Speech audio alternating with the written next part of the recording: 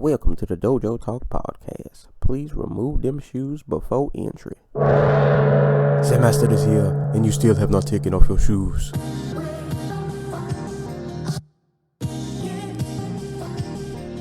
Yeah.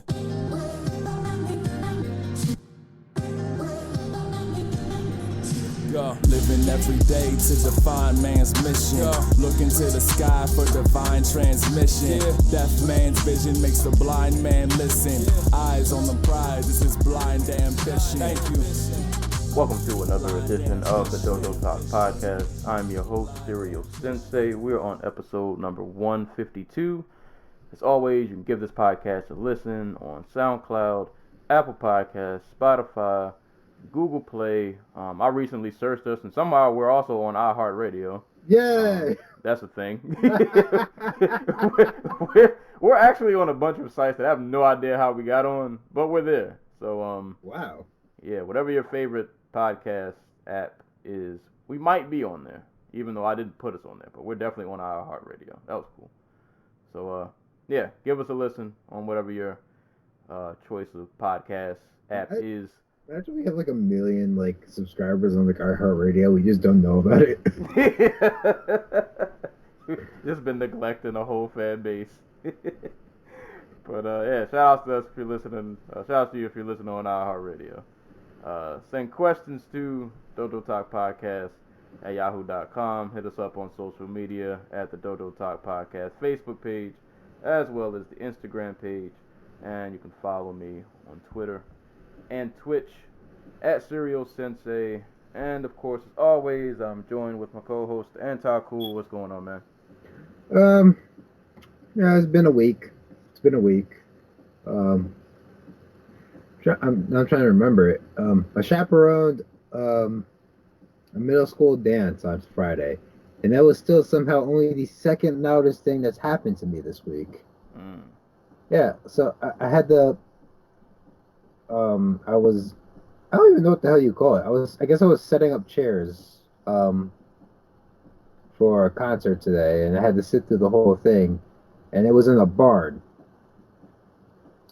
And yeah, normally they put the band performs at the front of the barn, the audience is outside, and I normally sit out with the audience. But today I was like, I don't want to sit out with the audience because I'm the only black person here.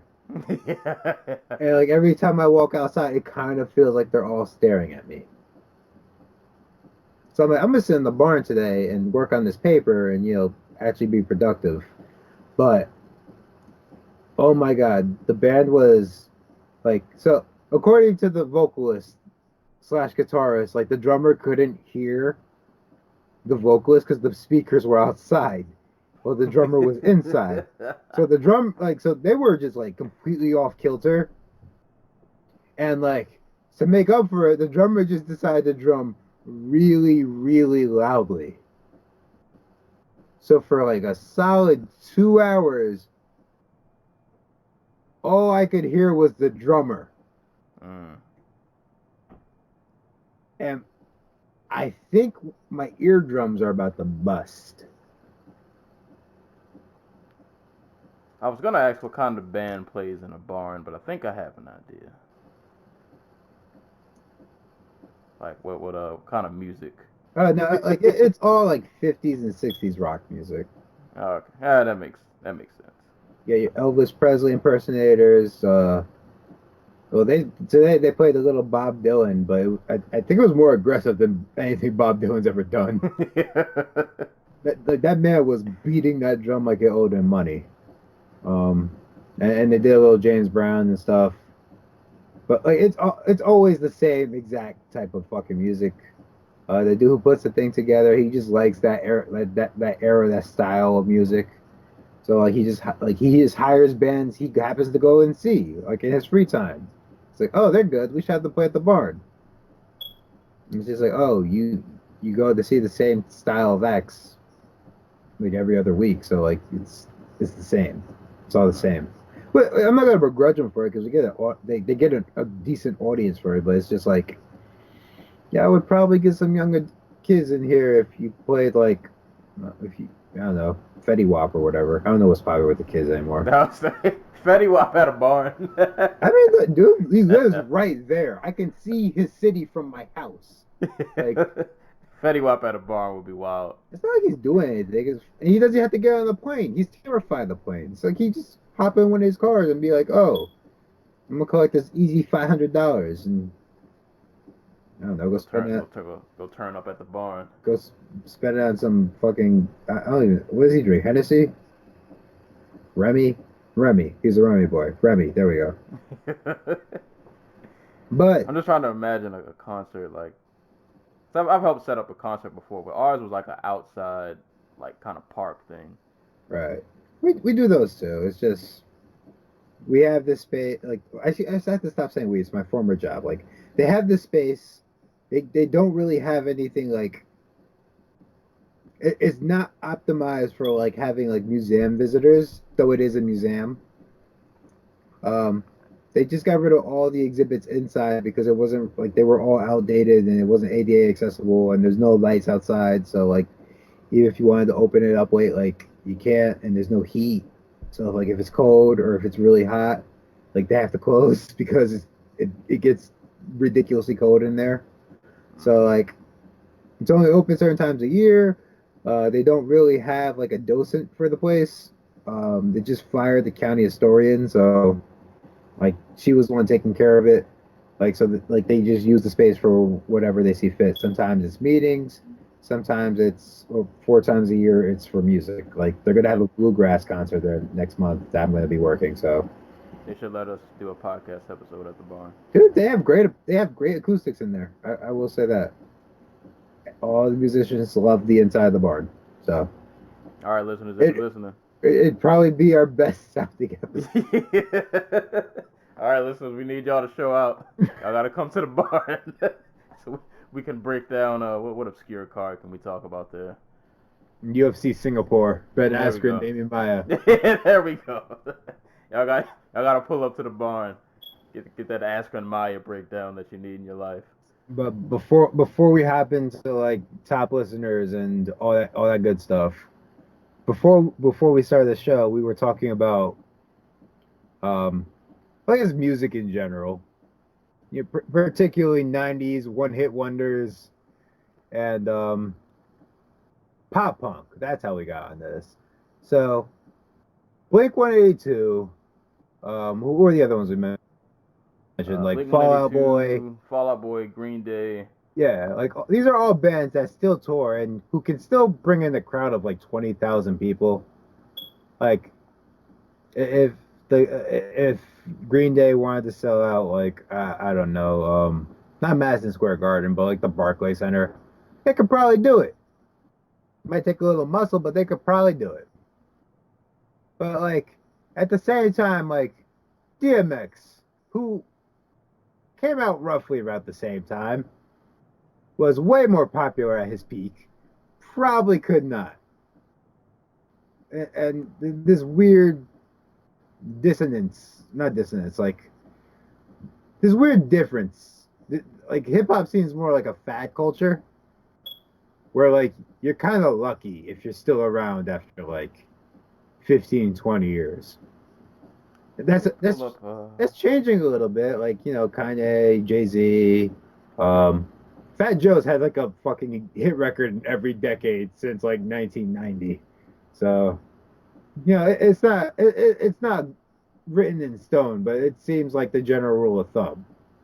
Like, pull up DMX for see what he's got going on. Like, listen, I love Nas, but like, that dude ain't selling out MSG. I don't know. I think he could. I think he has a lot of fans. I don't think he could do it, man. I think he could. All right. I think if he says it's an Illmatic 80th anniversary, I don't know how old that album is. It's not 80. It's like 20 something. 26, something like that. Something around that. That sounds about Yeah, right. it's about the same age as I am, so 26. Yeah. Either way, if you're in South Haven, Mississippi, DMX will be at the Lander Center at the Return of 3-6 Mafia tour. That's the thing. Those are a lot of words. Yeah. He'll be at the amphitheater in Florida at the Lotus Music Festival. But oh wait, the reason I brought all this up is because this conversation reminded me of something of an article I read on Vice back in 2014, and I want to say I talked about it on the show before, but I can't remember. So we're gonna talk about it again. And the article, you want to know what the title of the article is, my sensei? Yeah, what's going on? Cameron had the saddest birthday party I've ever been to. What happened at Cameron's birthday party?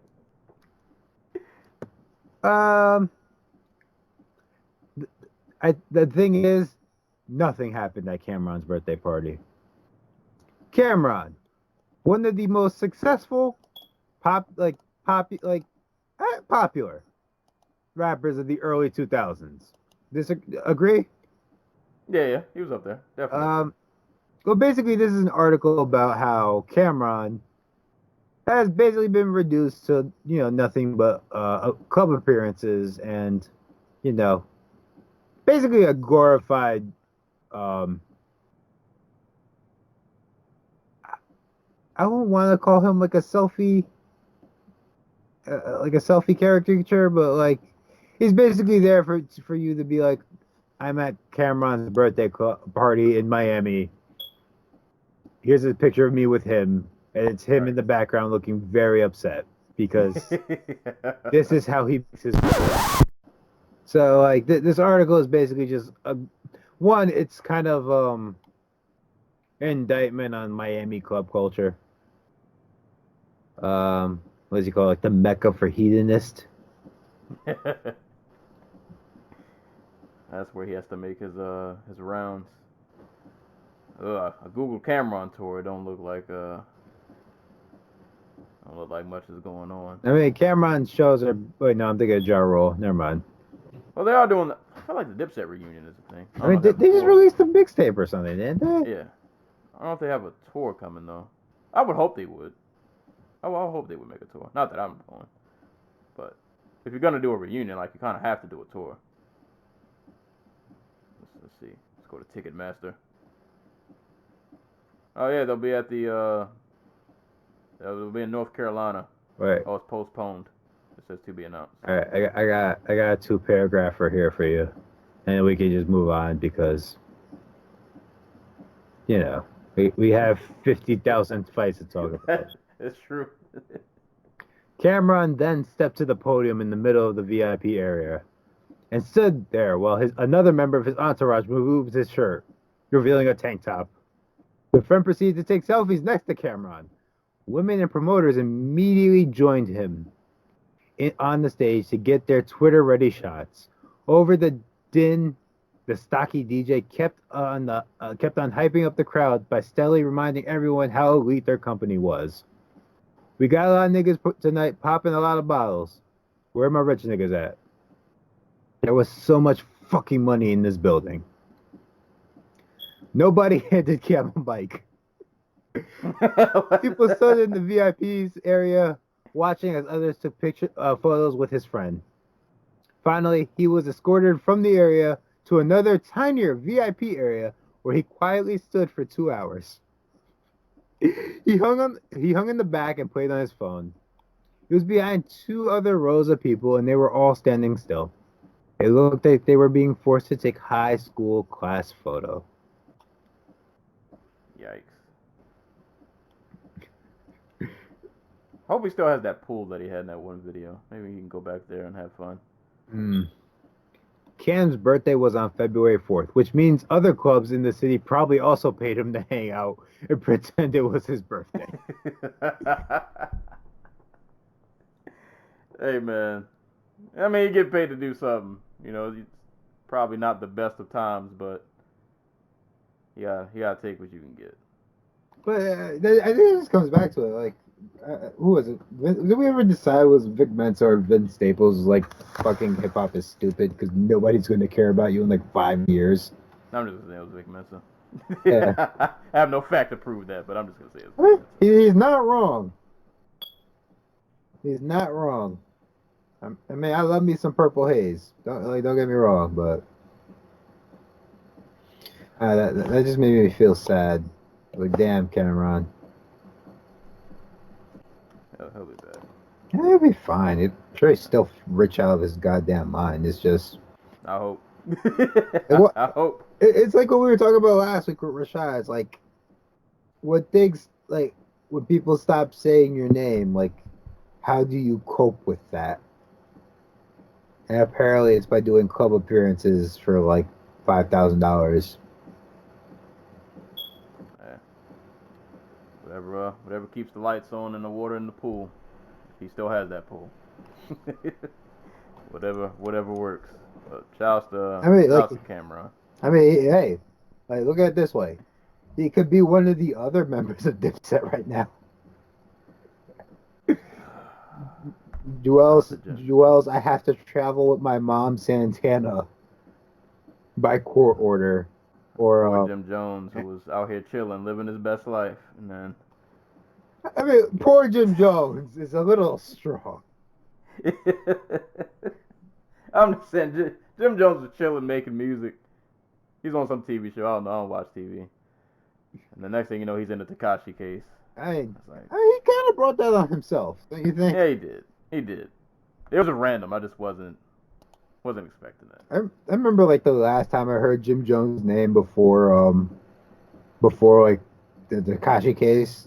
I didn't even hear about his album until afterwards. The last time I heard about his name, he was like he was like on radio crying in an interview because like he was like I did all the shit for camera and then he'd go and throw dirt on my name and fucking leave me out to dry. Like I was the thug, he was the rapper. We were gonna do it together.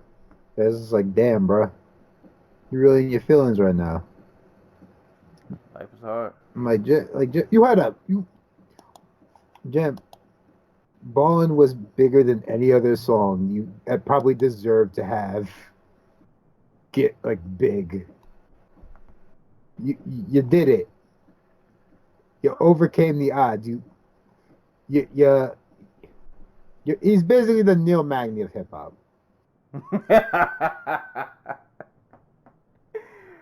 That's kind of fair. So like you had somewhere in the ballpark. You had two hits. You had Pop Champagne. Do you remember Ron Brown Sensei? Oh yes, I do. Yes, I do.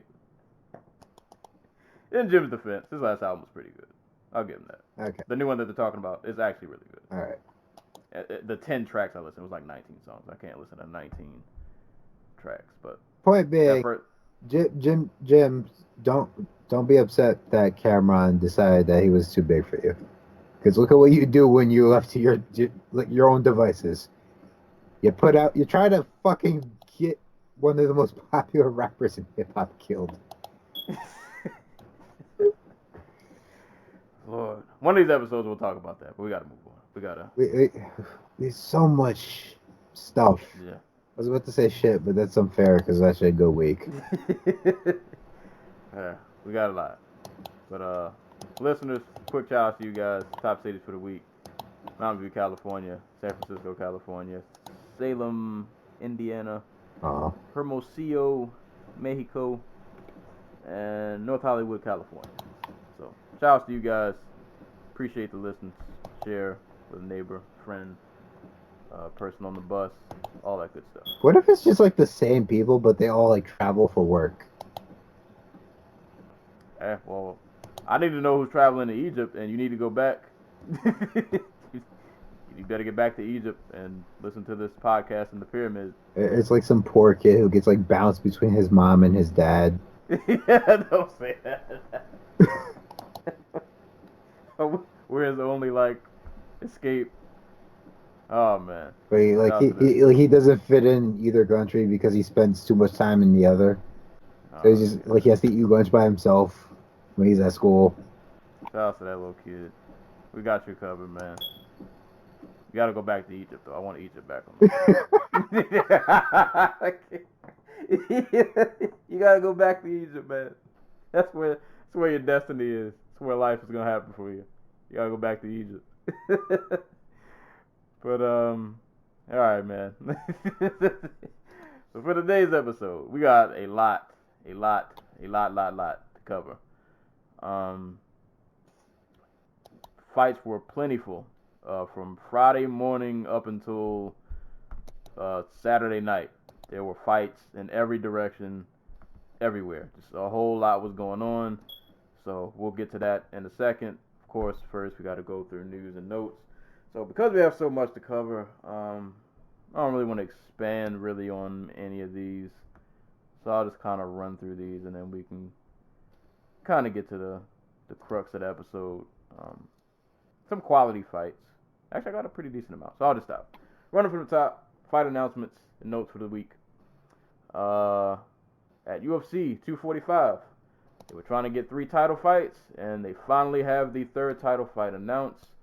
Kamaru Usman and Colby Covington, welterweight title, going down to UFC 245. So that fight is official. It's happening. It's a thing after all this canceling and people wanting more money, so on and so forth. It is going down. So that'll be at UFC 245. Also on that card at flyweight, long live flyweight, we'll have Kai Kara France versus Sergio Pettis. That should be an awesome fight. At UFC Boston on October 18th, the infamous eye poke. We were running that fight back. Yair Rodriguez versus Jeremy Stevens. The rebook going down at UFC Boston, so we'll get to see that in a month, less than a month's time. Probably got by the time you guys hear this episode. But that'll be going down in October.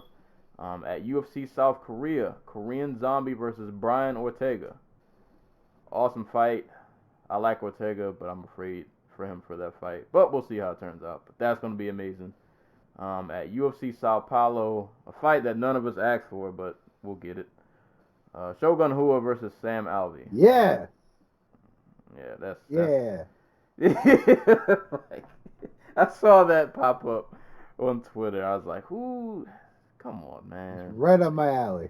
Like, That's a nothing but sad boy fights. That is one of the most 205 matchups I've ever heard. But that's the thing, man. UFC Sao Paulo, Shogun versus Alvey. Yeah. Yeah, Sam Alvey should just run through all like the like former UFC light heavyweight champions. Bring back Tito, fucking Chuck Liddell, like Lyoto Machida. Just have him fight them all. Fuck it. Got it. Okay. Could have been Rashad's last fight. Oh no. But that's gonna be a thing. That's all I got for fight announcements. Well, the last one is kind of a fight announcement, sort of adjacent. Holly Holm is out of her fight with Raquel Pennington. That fight was supposed to happen at UFC 243. From what I read, she had like a partial hamstring tear or something like that. Ooh. So she will be out. They don't have a replacement. I know Irene Aldana stuck her name out there. She wants that rematch with Raquel. Don't know if she'll get it. But as of now, of this recording on Sunday night, Holly Holm is out of the match with Raquel Pennington. And the last bit of UFC notes I have, I don't really want to spend time on this, but BJ Penn got released. Finally. 20 years too late, but better late than never. So guys, guess who's having an event in Hawaii on December 14th? Yeah. You know it's coming. Guys, we can't support this. We can't allow this to happen. So it's Bellator. So the only question in my mind is, who is BJ gonna fight? The only thing I can envision happening, and I don't have a name in mind. The only thing I can count on Bellator to do, which is sad, but I guess it's kind of a good thing, they'll find somebody out of the woodwork who's just as bad as BJ is. Like, they'll pull that random person that we didn't even know still existed, and they'll throw them in there with BJ. See, I was hoping it was like Betts Anderson. Nah, they won't do that. I mean, like, Betts, it's not like freaking Bender would fucking hurt him. You just kick at him for a little bit. That's something. He's got old legs. It might hurt. Yeah, that's true. BJ did get destroyed by Dennis Seaver with a like couple of them calf kicks, he might be out of here. I mean, Yeah. let's be real. That's probably be the most humane way for him to go. But yeah, he got released. He's out of here. He's probably gonna turn up somewhere else, but it won't be in the UFC. So I don't know. You take the small victories where you can get them. I guess. But yeah. So adios, BJ Penn. For Bellator, if you guys saw the Bellator card last night, then you know this fight's going down on January 25th. Chris Cyborg making her Bellator debut, and it is the championship fight. So she will be challenging Julia Budd for the featherweight title. At Bellator London, we'll have Fabian Edwards versus Mike Shipman. And Sorenbach, who I think was from Cage Warriors. I want to say he's from Cage Warriors. He'll be fighting Terry Brazier. So both of those will be going down at Bellator London. And at Bellator 232, we'll have Vitaly Minakov versus Javi Ayala. And just to re-mention, if you guys watched Bellator last night, excuse me, and you saw it was like a game show. Whatever. The selection show they did for the rest of this Grand Prix, which it was fantastic because it gave me the chance to go watch Spence Porter. There you go. I guess it served some purpose. I think that's what I did too. No, you know what? I was dumb. I did watch some of this. I don't know. I hate Bellator sometimes. But at the end of their selection show, we will have Patricio Pitbull versus Pedro Carvalho going down in March. AJ McKee versus Derek Campos going down in December. Darian Caldwell versus Adam Borks in January. And Daniel Weichel versus Emmanuel Sanchez in February. So I can't say mark your calendars because they don't have dates or actual events. But those are the alleged months that these fights will be happening. I want to laugh at Darian Caldwell really quickly. He thought. Yeah. You know what? I'll save it for later. Yeah. That's only right. Yeah.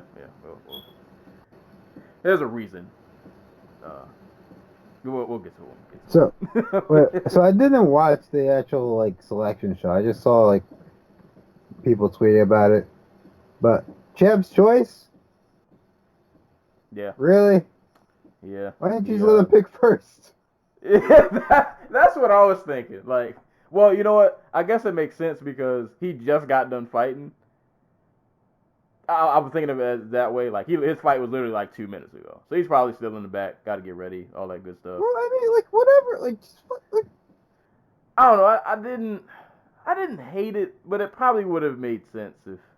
I mean, I guess they were trying to make it dramatic. I guess. I don't know. Not that I don't think we really needed that, but it's Bellator, and Bellator going Bellator, so. I guess they were just trying to make it exciting. I don't know. Yeah, he probably just should have been able to pick first. But I understand the idea. They want him to come in at the end and throw a curveball. If I'm bored, I'm fucking pissed. I mean, to be honest, I like most of these matchups. The really matchups are fine. It's just you did this in this contrived ass way, just fucking do it. You know what I mean? Yeah. I guess the only one I would complain, I did kind of want to see Pitbull fight somebody else other than Carvalho. I don't know. We'll see though. The matchups will probably be fun though. I like the matchups. Just the whole setup was just was very Bellator-ish. It makes it seem like remember when Bellator pulled the John Fitch, Rory McDonald bullshit where they're like, oh, since Rory technically defended, he gets to move on, even though the fight was a draw. Right. Where any sensible tournament would be sudden death round, right, or whatever, or rematch even. So it comes out of that thing where it's oh, Bellator didn't get the result they wanted, So they called an audible at the last second and made up a rule on the spot, as opposed to just doing the sensible thing and like laying out the rules beforehand. I don't know. Well, I mean, they explained how the show worked when they first all came out, but I don't know. It was whatever. It happened. It was Bellator doing Bellator things. You know, it is what it is. But I like the matchups nonetheless. So those will all be going down soon. At Rise 19, the gentleman who thought it was cool to knock out Kyoji Horiguchi, Kai Asakura, he will be, I don't know if he's headlining. I think he is headlining this card. He will be fighting Yuta Sasaki. That'll be Rise 19. Eddie Alvarez, unfortunately, had to pull out of One Championship's Lightweight Grand Prix. He was supposed to be fighting Saigid Arsenlaiv. Probably said that terribly wrong. But he had to pull out. He has been replaced by Christian Lee. So Christian Lee versus Saigid. I don't know the date, but that'll be a thing. That's going to be a tough fight for Christian Lee. Somehow I could see him losing that. Could happen. But Like that tournament just got obliterated. yeah, you lost Alvarez. You lost what was the guy who Nastyukin. No. I mean, he was a wrestler dude. oh, the Turk. Was it Turk or Iranian? I don't remember. I know you. God, I can't remember his name. Well, I can't look it up because my internet froze. No. There was his name started with a T. I cannot remember this guy's name. I saw him fight once. I was like, oh man, I can't wait to see him in a tournament. And then he like got injured as soon as the tournament started. Oh, Tananis? Yeah, that guy. Yeah. That guy. Yeah, lost him too. Lost a lot of people. But not mad at that matchup. I mean, Eddie Alvarez isn't even supposed to be in the finals. Wasn't supposed to be in the finals, so. So, and you got the champ to step in, so I can't be mad at that. So that'll be going down. And speaking of pulling out of fights, Jin Frey is out of her atomweight title match with Ashley Cummins at Invicta FC 37. So they upgraded Pro Gonzalez versus Brogan Walker Sanchez to the main event, and Jin Frey versus Ashley Cummins will be rescheduled for Invicta FC 39. So that is pretty much all I have for fight announcements. News, got anything I missed? Any other news bits out there? Probably, but again, I can't access my internet. Hold up, let me see if I can cheat the system. Oh yeah, you missed some big fucking news, my guy.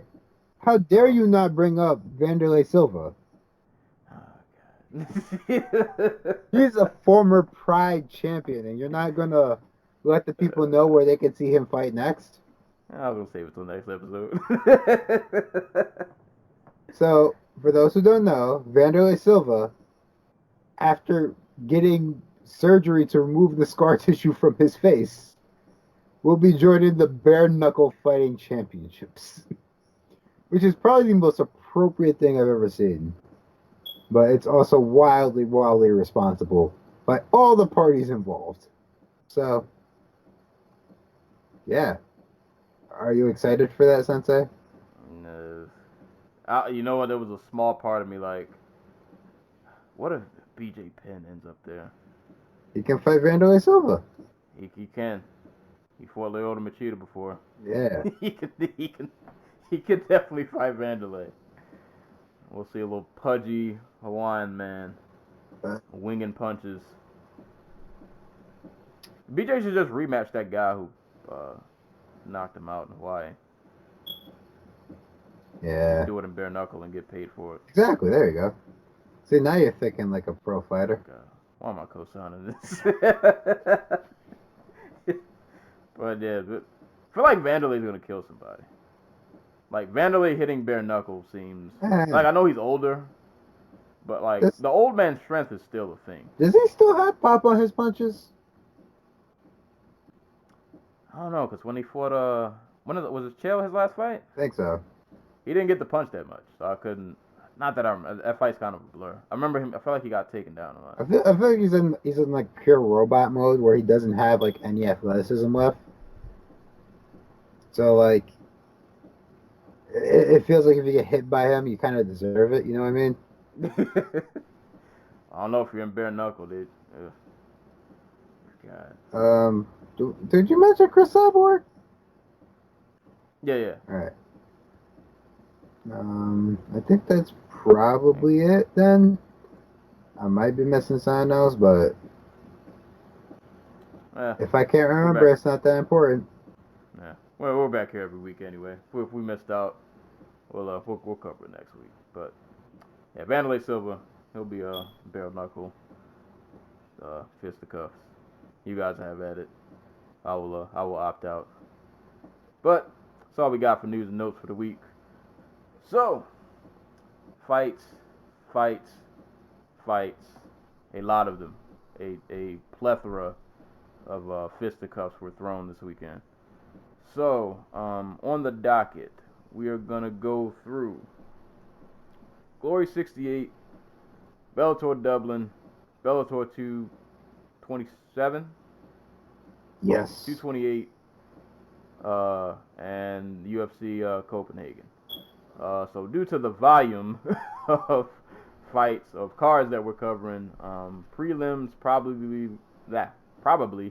will only pretty much be footnotes. We'll give them maybe like quick shout outs, just read the results, but not really going in too deep. And to be honest, on some of these like the Bellator Dublin, I'm not covering every fight. I got we'll cover the ones that people actually cared about. So on and so forth. So we normally break down the entire cards, but due to the volume, we just got to pick out what kind of mattered. So probably just the main card, pretty much of everything. So since I was the only one of us two who got a chance to watch a little bit of Glory 68, I will quickly run through this card and then we will move on. But Glory 68 went down in Miami. If you listen to, I think it was last week's podcast or the podcast before, I mentioned this being a big deal because Alex Pereira, who is the Glory middleweight champ, was going up to make history. He fought Donegi Abina for the vacant light heavyweight champ. And pretty much no matter who won this fight, there was going to be history made. Either Alex Pereira was going to be the first double champ in Glory's in the history of Glory, or Abina was going to be the youngest Glory champ at 21. Let's just say the 21-year-old did not get a chance to fulfill that dream. Alex Pereira came out really aggressive. It was a pretty competitive fight, back and forth. I like the body shots Abina was throwing. I like the leg kicks that he was throwing, but Pereira just had so much volume. And if you watch Pereira, like at least in Glory, out of a lot of the top kickboxers, regardless of division, he has really good hands. Like his boxing is really, really solid, and he's able to just string together with these really good combinations. So he had so much volume on it, being just a lot of just pop, 1, 2, 1, 2, 3, 1, 2 uppercut, mixing it in also with leg kicks. And they mentioned during the commentary that Abina thought that Pereira was more of a boxer than an actual like kickboxer. But no, Pereira was getting off everything. He was getting in combinations. He was landing leg kicks. He was full arsenal, man. He was really, really going in. And it was a nice back and forth, but you pretty much got the clear feeling that Pereira was winning. And then in the third round, I forgot, he knocked Abina down with a flurry, and then he kneed him to the gut and dropped him. And then when they got back up, they had another exchange. Abina, I think, swung a right, and Pereira slipped it so beautifully and countered him with a left and just ended that man's world. Like, straight face plant. He didn't move for like 3 minutes. It was a beautiful KO, a very violent KO. So all of Pereira's power at middleweight transferred up to 205. He knocked Abina out cold, and he is Glory's first double champ. So congrats to Alex Pereira, and I try to sing his praises when I can. I do legit think dude's like one of the best fighters like on the planet, but he's only in Glory, so guess you can kind of only get so much promo because not everybody watches kickboxing, even though you guys complain about MMA because they grapple too much. But you don't watch kickboxing, which to me doesn't make sense. But that's besides the point. Alex Pereira, though, man, that dude's a stud, man. Dude's a stud. So congrats to Alex Pereira, Glory middleweight champ and light heavyweight champ. Good luck to anybody trying to take it. Dude got hands. He's probably going to knock you out. And I'll just read the rest of these results real quick. Asa 10 Pound defeated Bailey Sugden via decision. Troy Jones defeated Amari Diedrich via TKO. Richard Abraham defeated Mike Lemire via split decision.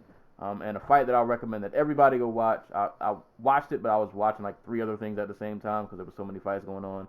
But Josh Jouncy and Laurent Nelson had a really, really great back and forth fight. If you have Fight Pass, go back and watch that fight. It was really, really good. And shout outs to Tiffany Fansos who fought on the Super Fight series. She fought Jadi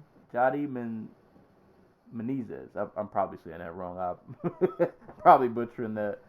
But Tiffany Fansos looks like she's trying to get a belt back. Like, that was a performance that made me go, that's somebody who looks like they really want their belt back. Like, she was probably the best performance I've seen for her within like her last 3 to 4 fights. Like, she was really aggressive, really going for it. She was on point the entire fight. So congrats to her.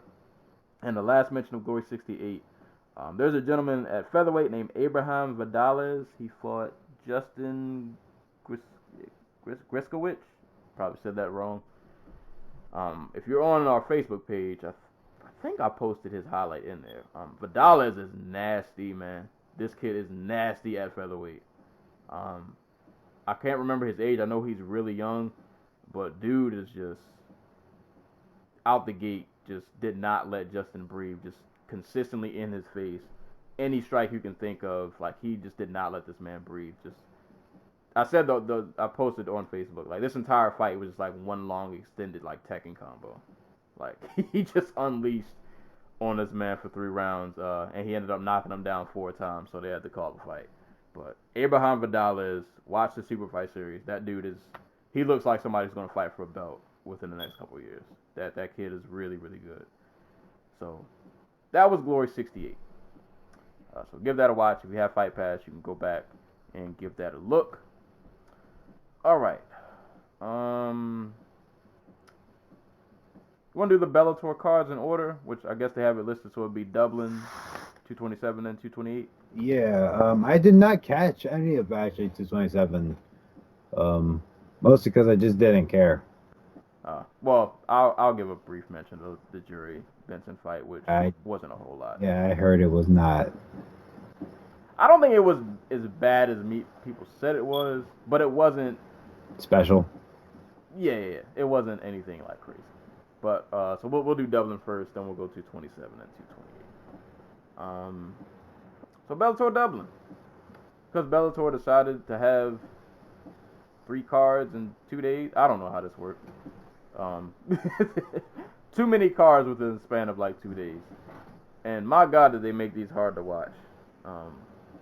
Between like the app and the Zone and Paramount, like it was like reliving UFC back when they were on like Fox, and then prelims were on FX, and some was on Fuel, whatever. I don't know. But Bellator Dublin was headlined by James Gallagher and Roman Salazar. I'm gonna let you kick this one off. I know the fight didn't last long, but just what went through your mind when you saw that fight? What, Gallagher? Yeah. Like, I think I was just trying to think of like the most blatantly like.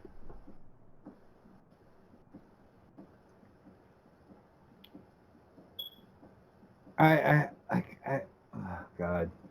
Now you're gonna make me watch it again. I mean, it's only 35 seconds. Yeah. Literally, like 2 things happen. Yeah. Well, 3: a flying knee, a takedown, a choke. Like, I don't even know how to process how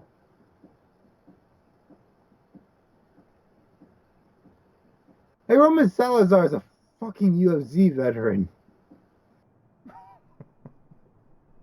And, like, he did nothing to get out of that choke. Like, this is the stuff that makes people think that fighting is, like, MMA is fixed. And if you watch this fight and, like, you're like, wait, that dude was in the UFC, like, this fight is totally fixed. Like, I believe you. Like, I understand where you're coming from because, like, I don't know. Maybe Salazar was just like, I don't want to fight for real. I just want to go home. And he's like in pure Bob Sapp mode. But come on. Come on. Like, you have to put up a better effort than that, right? Like, man, Like, the worst part was the casualness of his, like, submission. Like, of him submitting, I should say. Like, him tapping. Where he's just like, yeah, I'm tapping. I'm done. yeah, It's like, over. and this, like, to describe to the listeners, if you didn't get a chance to see this fight, it only lasts 35 seconds. The whole entire sequence was fight starts, Gallagher throws a flying knee, Salazar goes for a takedown, Gallagher locks. I'm gonna put that in air quotes. Locks up a guillotine choke. Salazar does nothing to defend it. Maybe it could be just a camera angle that they had. I didn't even think it was in. Or even if it was in, the angle that they showed, unless he had some unbelievable torque, because the back of his neck was completely out.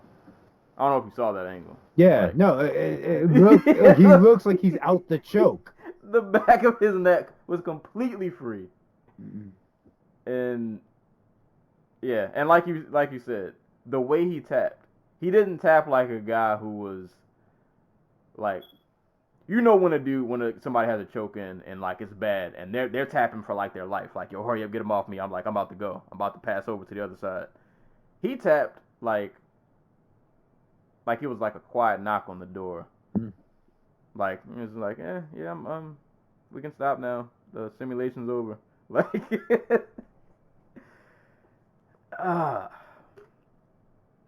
don't think I've ever came on here and said that a fight was fixed. This man, I don't know, man. I think somebody made a trip to somebody's locker room, handed them a duffel bag, and walked the other way, and they just had a mutual agreement. Like, but even then, like, why 30 seconds? You know what I mean? I don't. Yeah, Like, I just go to the ground and like mess around for a little bit. Let him get your back and get the submission. Like, this is too blatant to be real. Is what I'm saying. Like, yeah, this was like I said, if anybody thinks this is fixed, I can't really argue with you. And 99.9% of other fights, I would tell you you're crazy. This is that 1% where I say, you know what? You can have that thought because you might you might be right. It looked really fishy. It looked fishy. it looked like Roman Salazar just wanted to go home. Yeah, I would say that it was either those one or two things. Either this was a payoff, or Roman was like, you know what, man, I'm not with this, and yeah, I just want to go home because that choke did not look like it had a lot of torque. This whole sequence just did not look, yeah. And then Gallagher celebrated like he won like a title afterward. I don't know. Like, I don't want to take anything away from Gallagher if this was a normal occurrence, but it just it ain't sit right with my soul. Didn't something don't feel right. I don't know, man. But you know what? I'm gonna treat it as a win. Well, it was a win. I'll treat it as a normal happening, I guess. even though my spider senses told me otherwise. But congrats to Gallagher. 35-second submission. He lost his last fight, I want to say, right? Can't remember. That's the fight against what's his face. Crap. I know that. Like, it wasn't the one where he got kicked.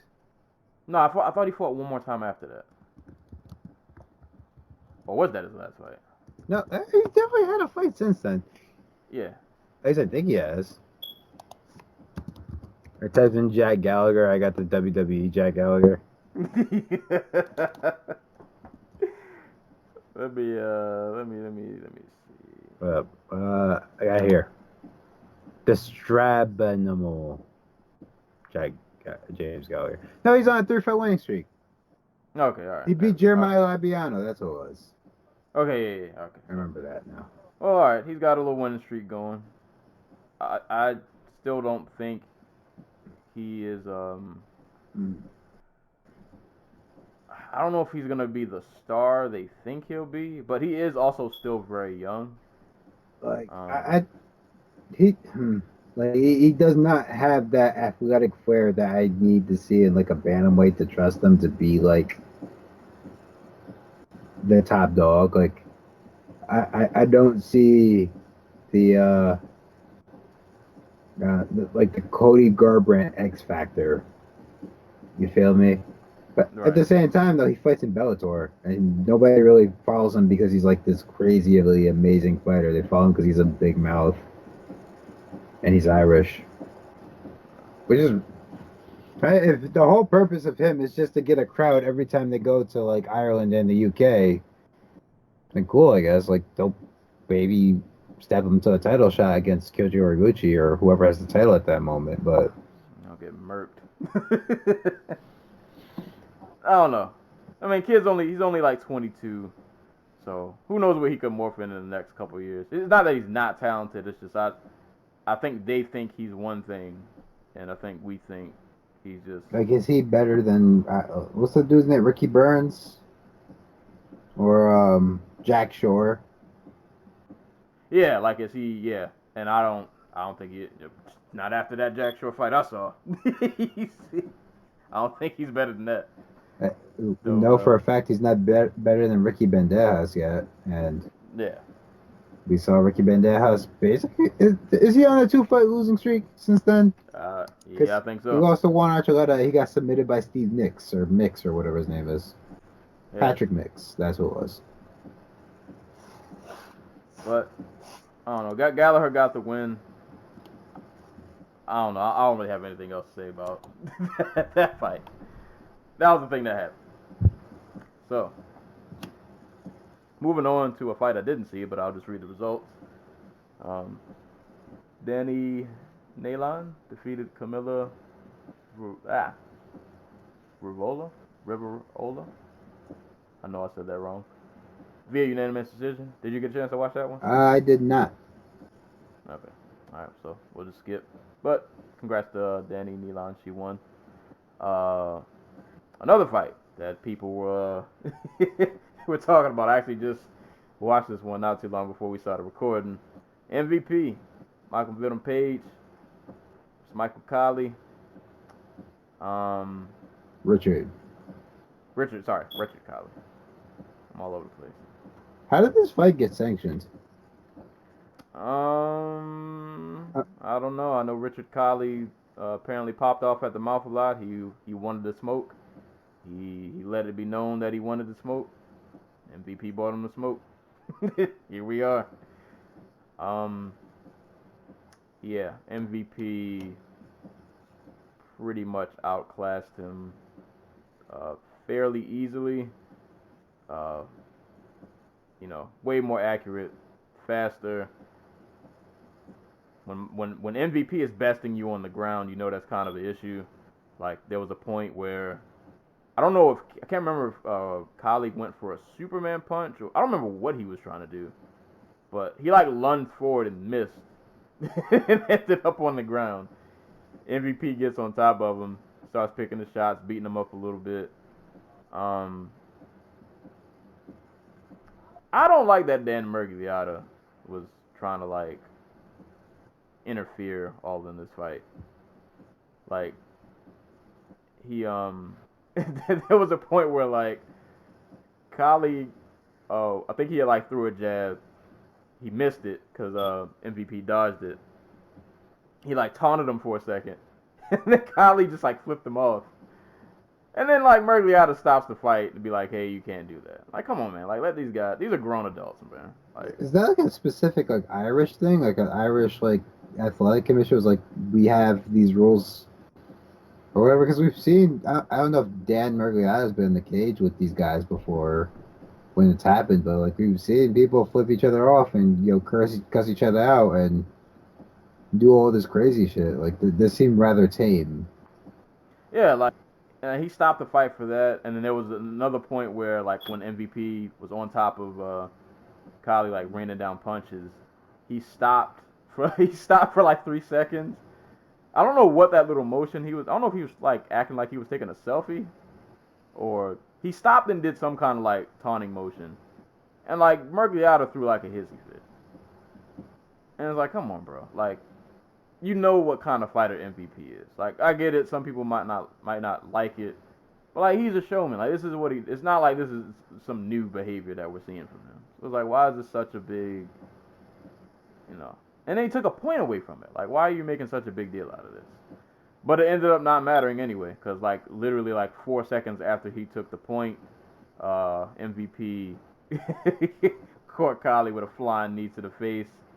And I don't know if you noticed.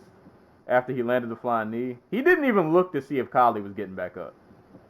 He immediately walked and like started doing his little shake dance to the crowd. He never looked to turn back. He like kneed him and just walked off like he was 100% positive it was. He should freaking do it. You're fighting a dude who's 3-1. Again, how does this fight get made? I don't know, man. Literally everybody and their grandmother just turned down because like I was like, oh, somebody obviously got hurt at the last second, and they just took the next guy up or whatever, or the first guy they could find. It was just like, nope, this is the fight they had planned out from the beginning for whatever reason. It's like, this is stupid. Yeah, that's what we got. And yeah, you know what? MVP's matchmaking. That's just a whole nother. That's a whole rabbit hole to fall down and. Yeah, tonight. Yeah, we can't get into that. That'd be a whole nother side. Like it seems like they are literally just booking him so that they have something that they can put on like Instagram and Twitter, and people like retweet it. Oh shit! Did you see that? Right. I mean, it worked. I've had people in my office ask me about him because they know that I watch a lot of MMA. So I guess it works. Just like that Pokemon Go thing that he did went like crazy viral. But at the same time, like, yeah, we to go from Douglas Lima to this. Like, at the same time we saw what Douglas Lima did to him. So, but still, like you could have fought there's some middle of the pack guys you could have beat up on. probably, but it's Bellator. What can you?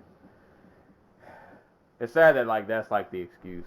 Like when Bellator does something that's just makes you scratch your head, like the only answer is Bellator, and you just kind of got to leave it at that. Well, like you got to go like it's Cho and Coker because this is straight out like Strikeforce. Like Strikeforce used to do this show all the time. Just have like one of your like stars just style on somebody who had no business being in the cage with them. Well, Richard Colley ain't make it out alive. He got kneed in the face.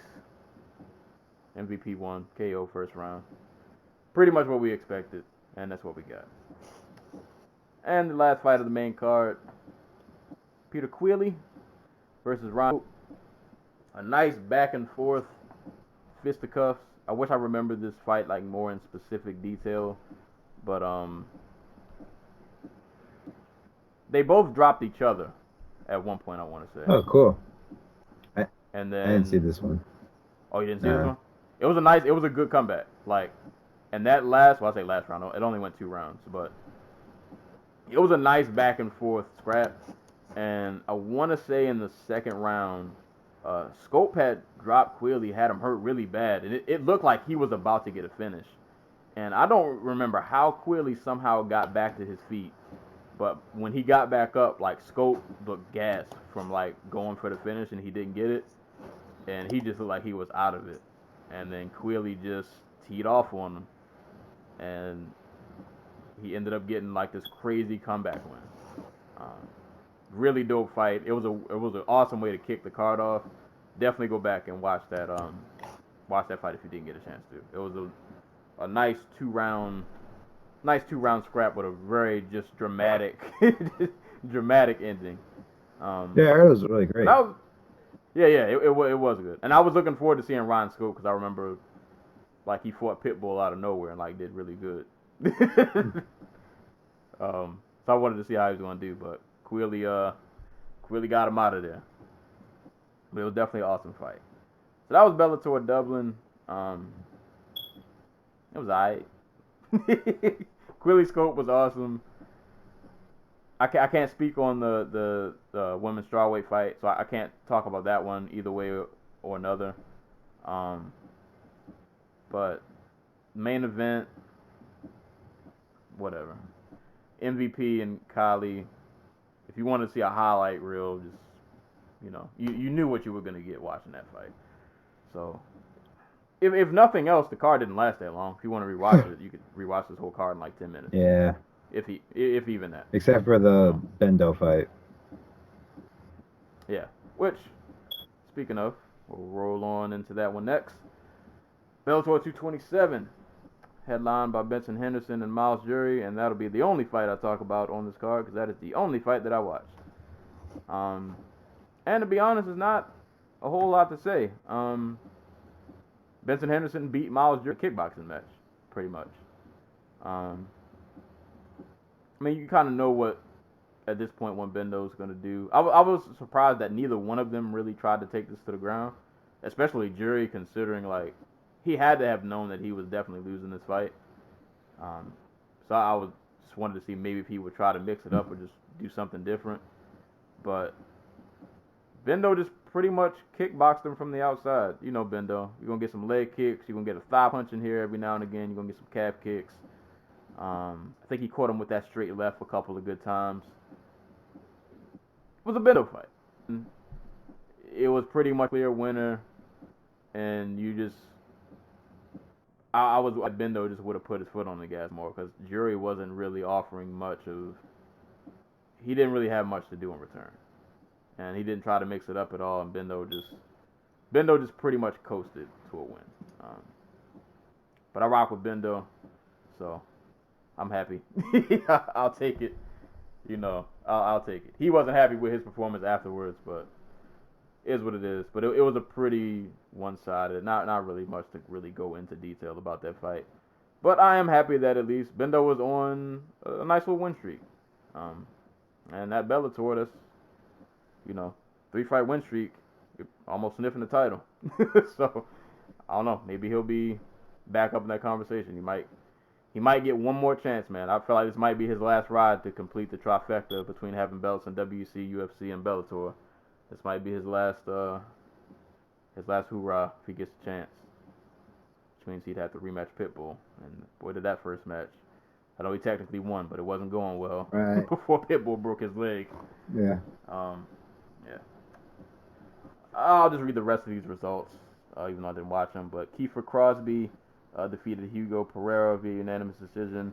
Norbert Novani, I think that was I want to say that was like the 19-year-old kid.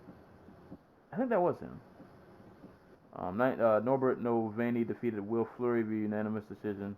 I think that's the 19-year-old kid that Bellator has. He's like 19 or 20. At women's featherweight, Leah McCourt defeated Carrie Hughes via rear naked choke. And at bantamweight, Franz Miambo defeated Dominique Wooding via unanimous decision. So, that was Bellator 227.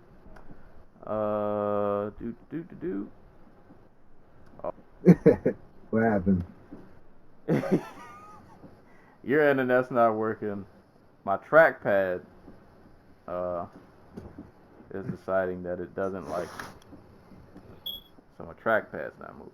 All right, so off to the phone. Yeah, we're gonna start at the top. Cheetah.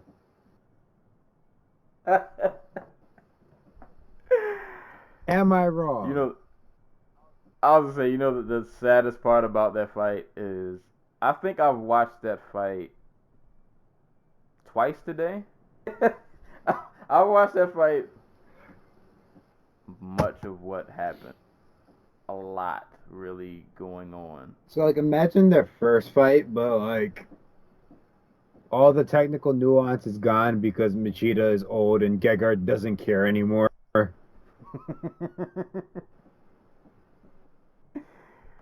Yeah, yeah. But I want to say Gegard tagged him maybe like once or dude, he twice. tagged him a couple times. Like he just straight up Yeah. blitzed him. He was like, "I'm bored," and just rushed Machida like Machida normally does to his opponents, and he hurt him a couple times. Like actually buzzed him. Well, I say he dropped him once, or at least like got him like to like fall backwards into the cage. But like those like you could watch like a 20-second highlight of the fight, and that's basically the fight. Yeah. And did he get? I think I want to say he got a takedown. At some point, the fight was on the ground. I think. Yeah. Yeah. Yeah. There's not a.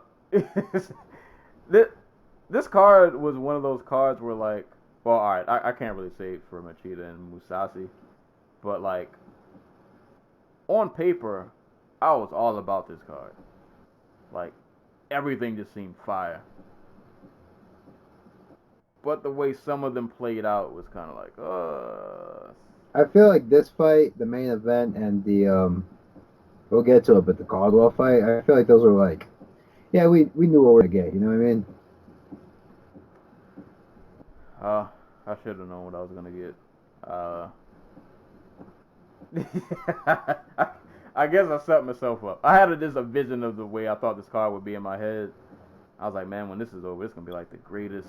This is it. This is everything, and it wasn't. It wasn't everything. It was all right. It was fine. It's fine. Yeah, it wasn't terrible. It's just some fights left a little bit to be desired. A little bit to be desired. But yeah, and I kind of feel that way about the co-main event. But yeah. Oh, did we mention Gegard won split decision? yes. Yeah. I feel like I didn't give Machida enough credit. He did do some stuff. He did land that nice like question mark kick that immediately turned into a down. But he landed it pretty flush. He did something. Like he got that guillotine at the end of the fight. That really didn't look like it was a threat. But yeah, no, Geiger won split decision. Moving on. Featherweight title fight. Patricio Pitbull, the champ, defending against Juan Archuleta, who I think was on a 23 fight win streak. Something like that. Yeah, he had a Habib-like streak coming into this. Yeah. Boy, was I let down by Juan Archuleta. Like, listen, I did not expect the man to go in there and to get into a firefight with Pitbull because that's never a good idea. But like, bro, you're shooting takedowns from like 6 feet out. What are you doing? That's not gonna win you a fight. He did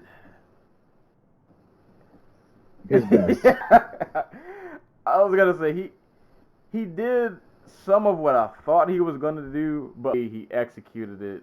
I was like, oh no, because one of the things I was looking forward to was like, all right, I know in an Archuleta fight, we're gonna see a lot of footwork, a lot of movement, and I was interested to see like how that would play out against Pitbull if he could maybe tire Pitbull out or come in at like some. I thought the footwork would just be like a big factor, and it kind of was. It kind of didn't. Oh no, it was a big factor. It was a factor in that it allowed, Pitbull to take basically no damage. he would come in from these weird, funky angles. He got dropped a couple times, I feel like. Like, he would come in on a little weird angle and think it would work, and then boom, here's a straight left for your problems. Go sit down. Like, and, Yeah. and Pitbull just, like, kind of played Matador. Like, Pitbull was really chill for most of this fight. Like, he was at the center, just taking the center. Like, I'm going to just sit here. I'm going to chill out in my little stance. And, you know, I'm going to keep an eye on you. And when you try to get in too close, I'm going to remind you why that's a bad idea. And, like, every time it seemed like Archuleta tried to close the distance, he either got punished for it or he would come and swing and just, like, completely miss. Like, it just wasn't... Yeah. Meant to be. All the tools I thought that would help him ended up not really doing much of anything for him. But, like, Pitbull just refused to freaking follow him. Like, the whole first round was, like, Pitbull didn't leave that middle circle in the Bellator cage. Like, Archuleta would, like, be on the outside and try to, like, dip and move and, like, try to force Pitbull to, like, follow him. Pitbull would be like, no, bring your ass in here. It was really funny. But, like, I get what Archuleta was trying to do. Like, I really do. But, like, you gotta make the dude chase you. You just can't, like, move around and expect him to follow you. Yeah. And, did not work. It did not work at all. Knocked him down a couple times. And then... Every time he hit him with that right hand, right, and then, like... You know, not that Pitbull is a slack when it comes to, like, grappling or anything, but, like, that didn't work either. Takedowns, like, nothing worked for Archuleta. Like, nothing. Dude, Archuleta is, like, half a foot taller than Pitbull. And he's shooting from, like, 7 feet out on a dude who has, like, not Aldo level balance, but, like, pretty damn close. So, like, I don't know, like, he tried everything I think he thought could work, and, like, it all fell apart. And the longer the fight went on, you know, round 2, round 3, and you just realizing, like, oh, this is just how this fight's gonna be. Just, he's, like you said, Pitbull's gonna chill out in his little circle. Literally, he has, like, this little 4x4 radius that he just stays in and chills out in. And anytime you cross the line, you get beat up for it. And that's what happened for 5 rounds. Yeah, I thought this fight was gonna be fire. It was lukewarm. it was a reminder how good Pitbull is. He ain't let none of that footwork, none of those angles, nothing. He was like, yeah, I'm good. I know exactly what to do. And poor Dillashaw. The athletic commission said he couldn't be cage side. He couldn't give instructions, so he was restricted to yelling from his seat in the crowd. He had to watch Archuleta go through some hard times. Like I don't get that. Like, I get that he's banned from fighting, but, like, what's he gonna do? Inject Archuleta with, like, steroids in the middle of the fight? That just seems excessive. It was weird because they said because he's banned from, it was the New York Athletic Commission, right? But they weren't in New York, so this other commission decided to just uphold. Oh yeah, no, that happens all the time.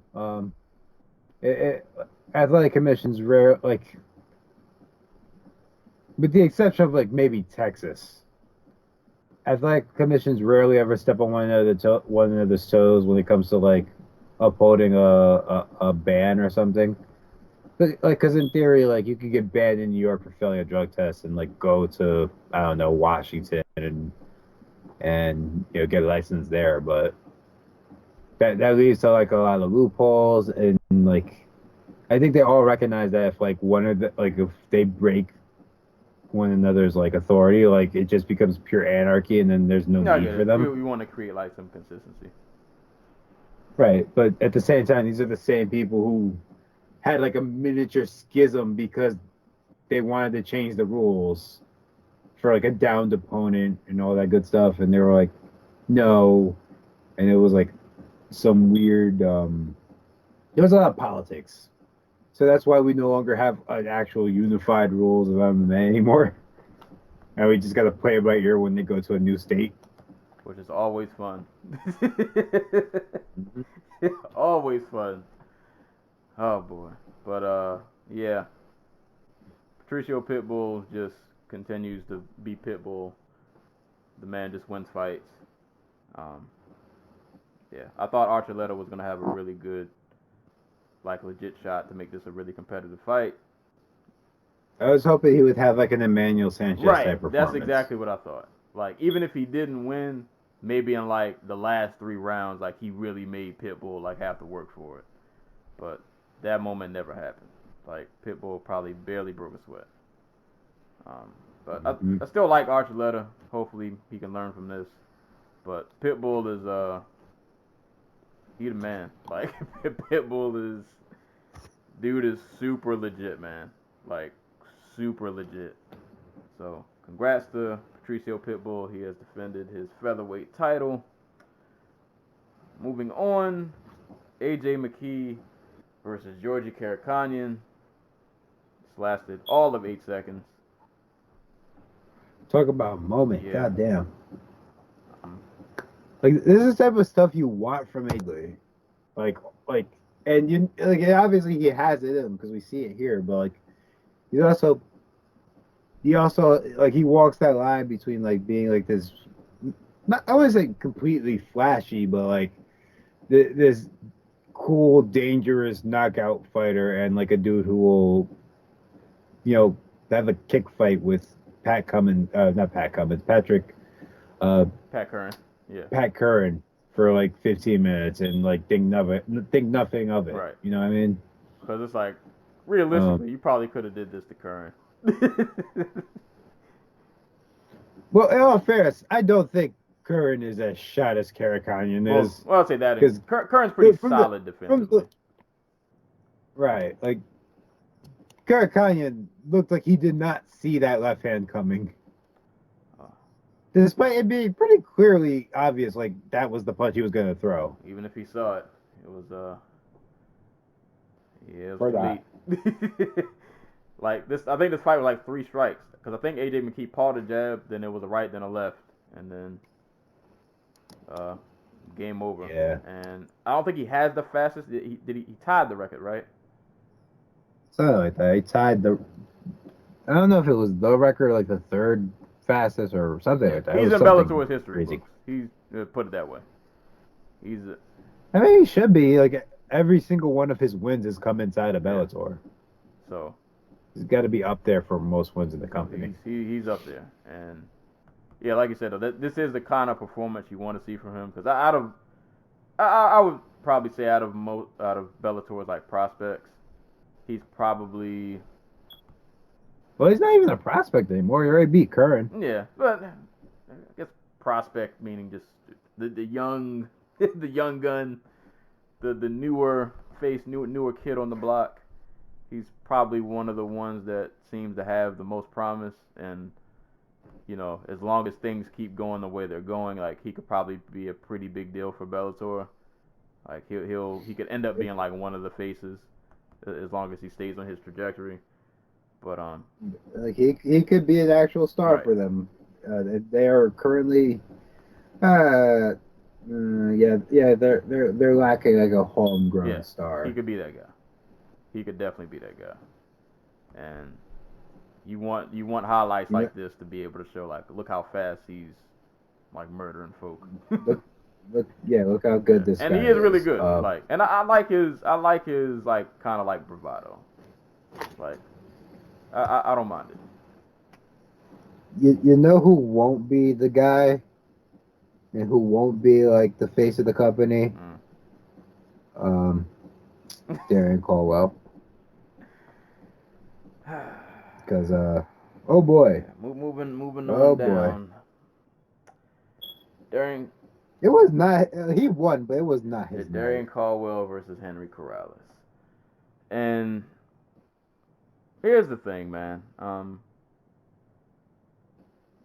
Like I really like Caldwell. Like back when he was first on his run, like I was a huge him suplexing right. Joe Warren is one of my all-time favorite Bellator Not even belt. moments. Like that's an all-time favorite MMA in general moment. Like that was just amazing to watch. Like I was a huge fan of this dude, and I'm still a fan. But he is hard to watch sometimes. And what makes it so frustrating is like I know you're better than what you're giving me right now. This can't be it. There's no way that this ain't the ceiling. This can't be the ceiling. Every time he loses, he becomes more and more risk averse, and it's really like but it feels like he's just putting him by taking less risk, he's putting himself in more and more danger. If you Yeah. catch what I mean, like, And and here's the thing, like this is like the Kyoji Horiguchi fights, but like this started with the Horiguchi fights because he beat the shit out of Noah Lahat and Leandro Higo. Like even the Dantes fight didn't light the world on fire, but he was out here like playing right. with Dantes. Like I don't know where this like the timidness comes from Yeah, to exchange or to do things that don't involve it wrestling. is bizarre to watch. And what makes it hurt is like he's one of the some wrestlers aren't I don't find them like fun to watch. I like watching him wrestle. Like it's almost like it's a tease. Like he'll do something crazy to get the takedown, or like the takedown will be really slick, and it gets you hype. But then after the takedown, like nothing else happens. It's like, oh, I suplexed you, or oh, I swept your legs out. Like I did something to like cool to get you down. And then after that, it's like, all right, you know, ground and pound. Are we gonna what's going on here? And it's just a little bit of ground and pound, but mostly just a lot of just position controlling and I'm just gonna kind of hang on to you, make sure you can't really get back up. If you do get back up, I'll drag you back down, and that's kind of what a lot of this fight. Like there were a few strikes here and there, but it was a lot of good takedowns, but that just no like nothing else after the takedowns. And then in the third round, um, God, um, He just couldn't. the third round, Corrales is trying to, and I guess I gotta put some blame on Corrales too. Um, even though I say in the third round, at least he was the one pushing forward. But at some point, bro, you just gotta go for broke because you definitely lost the first two. You probably didn't really take a lot of damage, but you got wrestled and controlled for pretty much 2 rounds. So you gotta let some hands go. Um, but at least Corrales was trying to push forward, and Caldwell was just kind of just circling around and literally not doing anything to the point where the referee had to warn him for uh, being timid. Like literally had to give him a warning for that. Like even the ref was like, "Bruh, like, like you have to do something, anything." And then Caldwell, I think after that, like did get a takedown, but it's like the ref shouldn't have to give you that warning.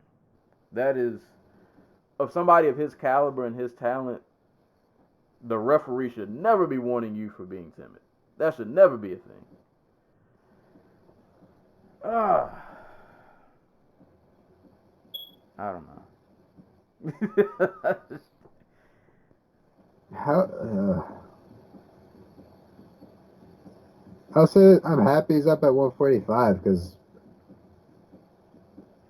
I did not like seeing him make that cut to 135 because he is a fucking big guy, even at 145. So I don't know. Hopefully he finds his comfort again. And it's so frustrating because I feel like he could really be out here like abusing dudes. Like he could be one of Because we see yeah, it from like him. he could easily be one of those guys that yo, I'm just gonna take you down. There's nothing you can do, and when I'm on top of you, I'm gonna make your life really, really miserable. And he does all of that except make your life miserable. He'll get you down. He'll slam you. He'll be in a good position, whether it be half like he'll have a good dominant position, but just do like nothing with it. And it is, I don't know. But I know he was they mentioned during commentary he did I think partially like switch gyms, like he was training out in California, but he went back to Jersey for this training camp, I think. Bad move, bro. So Bad he's move. back in Bad move. he's back. Jake Laser said nobody come back to Jersey. He's like, I'm from Jersey. I don't even come back here. But, yeah, I think they did mention that during the broadcast that he's coming back to Jersey to train. I don't know.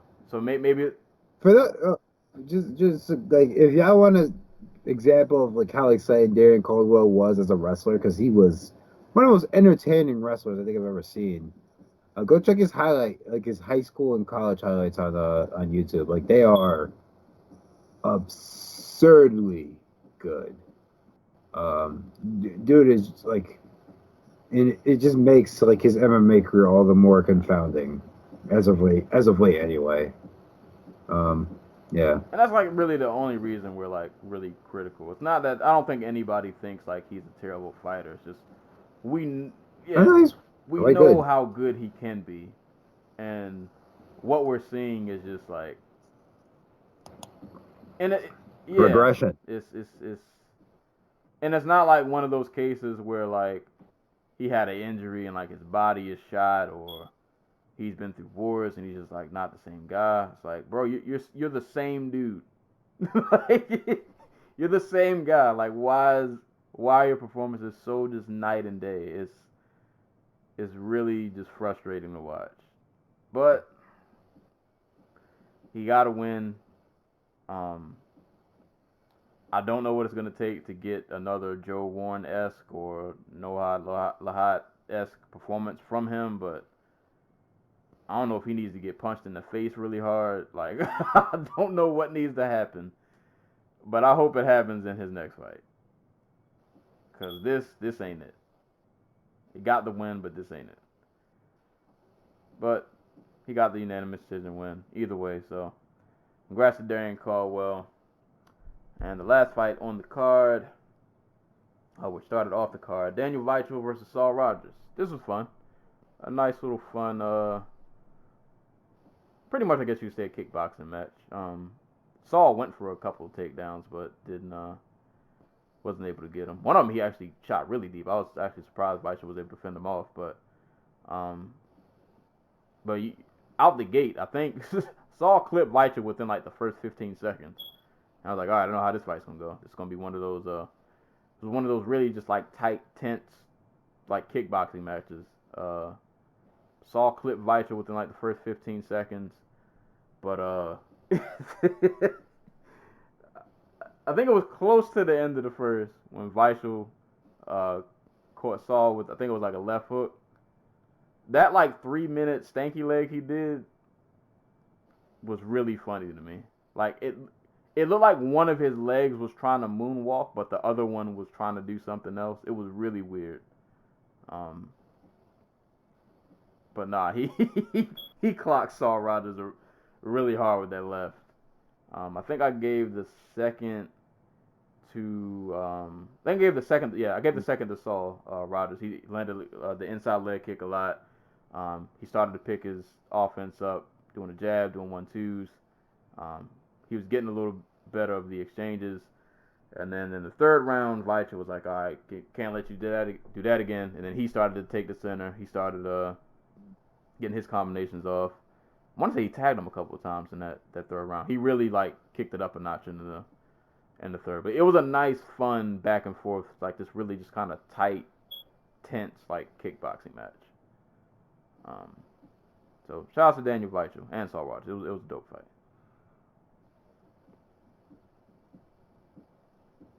Yeah, this is probably the one fight from the card I don't remember because this is around the time where I just started fucking dying. It was good. It was a good one. Yeah, no, I was operating on like 3 hours of sleep on Saturday. I'm sorry. Like I literally sat myself on the floor because I'm like, there's no way I'll fall asleep on the floor. And then I fell asleep on the floor for like 10 minutes. You thought. I thought. Yeah, you thought. Yeah, it don't go down like that. Oh, man. No, when you're tired, you're tired. When the body says it's time to go, it's time to go. But no, I remember it being a fun fight. Like, Weichel, one of them dudes who's really, like, underappreciated. Like, a dude who, but for the toughness that Patricio Pitbull possesses in his undersized body, he might be the featherweight champion and might have knocked him out in their first fight. Like, so, yeah, props to Weichel making it through, getting a shot at that $1 million in that title. This is for $1 million, right? It's not for like. That's a mil. That's a mil. Okay, all right. 50 coming through another $1 million. All right. Hopefully nobody makes off with the bag in the night. Hopefully these guys get paid. But yeah. So that was the main card. On paper, it was heat. And execution, it was a mixed bag. Weichel Rogers was pretty good. AJ McKee and Cannonier was fireworks for all of 8 seconds. These other fights, yeah. Patricio and Archuleta wasn't bad. It was just I think we expected more from Archuleta, so it was a little bit of a letdown. But it wasn't a bad fight. It's just you wanted a little more. But Mousasi Machida, Caldwell Corrales, watch highlights. That's all you need. You don't need to watch those in full. I know I said we wouldn't talk about prelims real quick, but did you happen to catch any prelims of 228? I saw highlights of what I can only describe as like a fight at the senior citizens home. And I saw the shot that Ava Nyland did to get the win. All right, that's cool. Those are pretty much the only two I wanted to talk about because we're doing pretty decent on time. So, real quick, Bellator 228 prelims. I'll give a shout out to a couple of fights. Two I'll talk about, and then the other two I just heard about. So I'll just let people know. Leandro Higo was on the prelims. He fought Shawn Bunch, defeated him via guillotine. From what I heard, Shawn Bunch looked really good up until when he got choked out. So apparently that was a good fight. So go back and watch that one. Weber Almeida versus Castle Williams. Almeida defeated him via TKO. I heard that was the one that was worth watching. And as you just mentioned, Antonio McKee, father of AJ McKee, fought on the same card as his son. Defeated William Siri. How do you say this? Sarayapai. Probably said that wrong. I tried. I was so afraid because it's Bellator that this father-son thing was gonna go completely wrong, and like. I mean, they booked him with somebody who's older or equally as old. I was just. But also half his size. Yeah, I honestly I didn't notice. I was just thinking the whole time during this fight. I was like, yo, one of these two is gonna get knocked out, and this whole moment is not gonna be a moment. It's gonna be really sad. And we're gonna be really angry at Bellator for doing this, but it worked. I mean, McKee looked, I guess, as well as you could for what 49-year-old. Yeah, I mean, yeah. he had his little sidekick going. I saw the sidekick. Right. Yeah, Can we talk about that? What's your breakdown of the 49-year-old sidekick? I mean, why? Why not? Equally valid, I guess. He couldn't stop it. I mean, it wasn't Alex Oliveira's hair. I'll give him that. But I guess we'll get to that. Man, yeah. But no, it's just you just reminded me. I was so confused when he first popped up on the screen. We'll get to that though. But no, congrats to Antonio McKee, man. He had his little sidekick going, and the poor gentleman he was fighting could not stop takedowns for nothing. And McKee took him down and beat him up. So yeah, congrats to Antonio McKee, getting fights at 49 years old. And as you also mentioned on the card on the prelims, this was her MMA debut, correct? yes. Ava Knight making her MMA debut against Shannon Gohary. Someone eloquently described this fight on Twitter, and I want to find that tweet because I think it perfectly encapsulates what was up with this fight. Put up.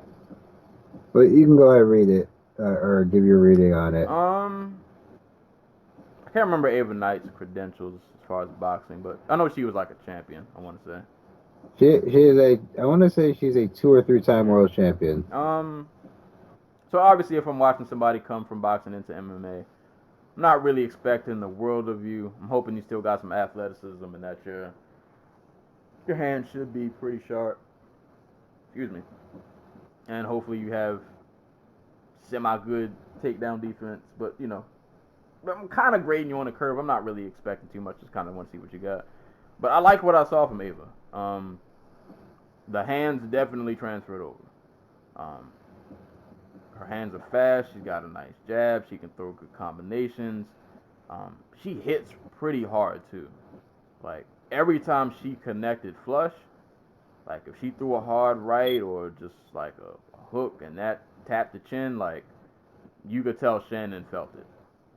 Like, every time she landed flush, she felt it. I think she did get taken down a couple times and managed to get back up. And I like the combination she was throwing. I guess my only problem, and I can't really judge it too harshly because it's her first fight in MMA. She's probably just really trying to get comfortable, trying to get ring time, get experience. So I can't really expect too much of you. And Shannon was tough. Like I said, she ate a lot of hard shots, and while she didn't have much to offer on the feet, she was just able to take them and just kind of keep surviving.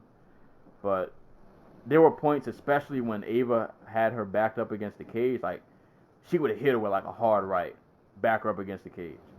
And I'm like, yo, just go in, just unleash, just go in and unleash the 10-hit combo. And she would kind of let her off the hook a little bit. Like she didn't rush really for a finish, even though she still ended up getting one. I just thought there were other moments that she could have taken advantage of. But either way, she still ended up getting the finish. She did some body work to Shannon, which ended up paying off. Landed a pretty hard body shot at the end to close the fight out. I think Shannon just kind of dropped to her knees after she took the shot. And Ava got the TKO in the third round. But for a first MMA fight, I'm loving what I'm seeing with the hands. I'm loving the power that she has. Obviously she just has to round out the rest of her game. But no, how old she is? Ava, she's like 35. Really? Yeah, no, she's been fighting for a hot minute. Well, she's 31. She does not look that old. She's 31. Not that 31 is really old, but but she's been fighting for a while, man. Well, at 31, yeah, I don't know. Well, Tom probably isn't. She's not super old, but to jump in the sport kind of late, you got a lot of ground you need to make up.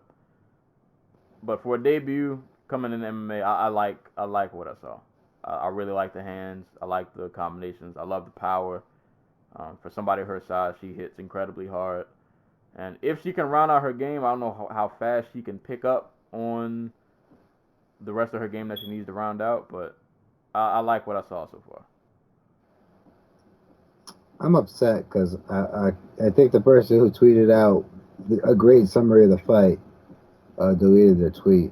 It was something along the lines of one of these the world champion boxer who trains with former UFC light heavyweight champion Randy Couture and boxing champion Joel Casamayor versus Shannon from Tennessee. Which, yeah, yeah. I mean, like, yeah, you can't be too critical because Ava Knight's first fight in MMA. At the same time, like this, yeah, you know. I mean, like, she beat her opponent on a body jab, knockout. We knew what this was. Hey man, you know. Don't get me, like, sometimes you just gotta get cage time, man. It is what it is, but like, I'm not. I've learned from Heather Hardy. I'm not gonna get too high or too low on Ava Knight off of one fight. Yeah, you know, you gotta. She's definitely a slow build. I'm laughing because Topology has the winning method for the fight being straight body punch. And like, it's a jab. It was a jab to the body. Hey man, sometimes that's all you need. So, Hey, you're not wrong. She does hit pretty hard though. She got a little pop on those punches. Dude, she has one of the meanest knockouts I've ever seen. I'm gonna send it to you. It's gonna take me a minute. Who she knocked out? I probably can pull it up fast on my phone. God, hold up. Ava Knight. It was Errol Musino. You type her name into YouTube, and that's literally the first thing that pops up. All right, let's see. Let's see what's going on. Oh my God. Yeah.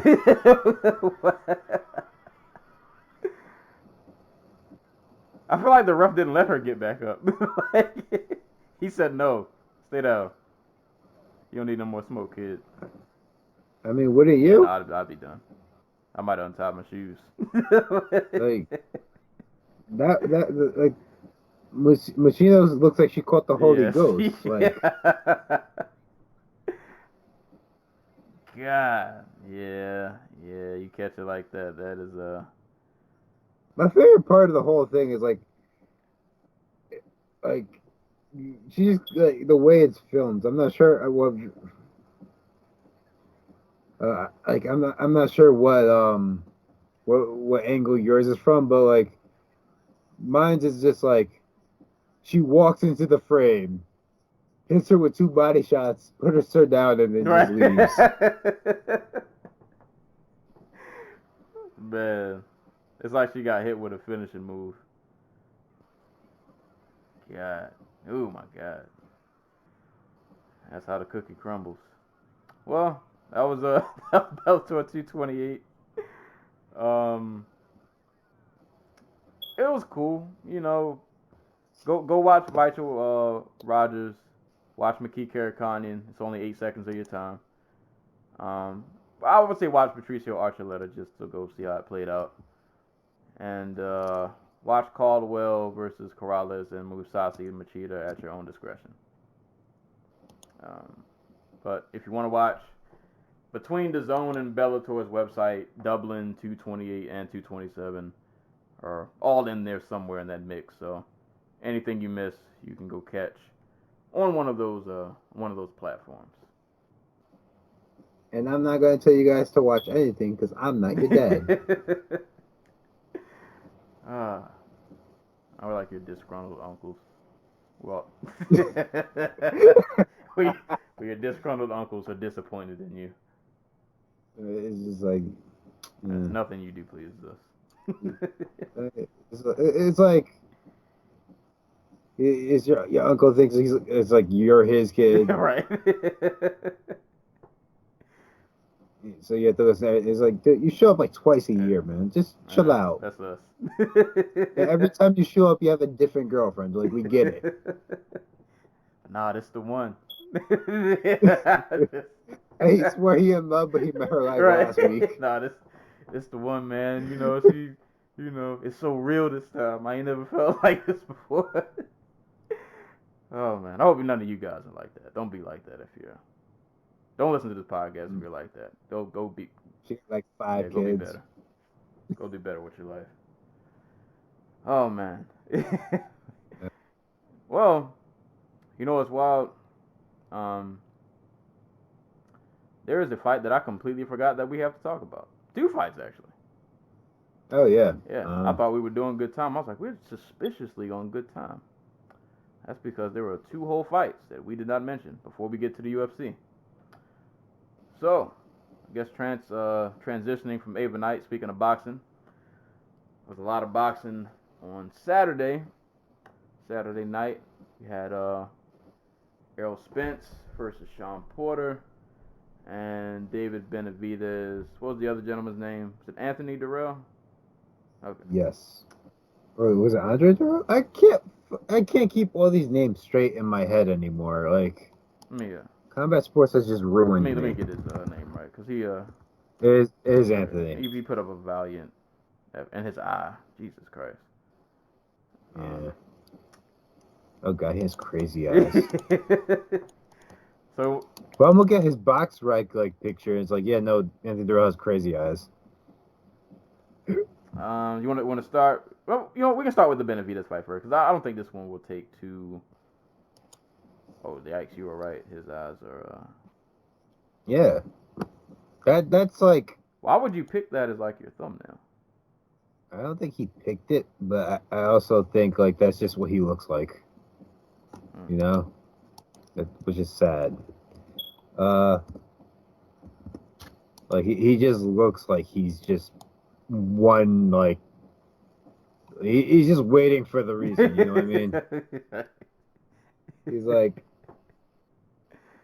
homicide is constantly on his mind, and he is just waiting for a reason to motherfucking kill you. Oh man, but all right, we'll start with the Benavidez fights first, and then we'll go to Porter. So David Benavidez versus Anthony Dirrell.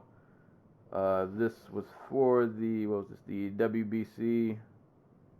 Was super middleweight. Yes. Yep. WBC super middleweight title. It wasn't like the most exciting fight. I wanted to see a little more from Benavidez. Like, I feel like what he did after the cut is what I was hoping to see in the earlier rounds. It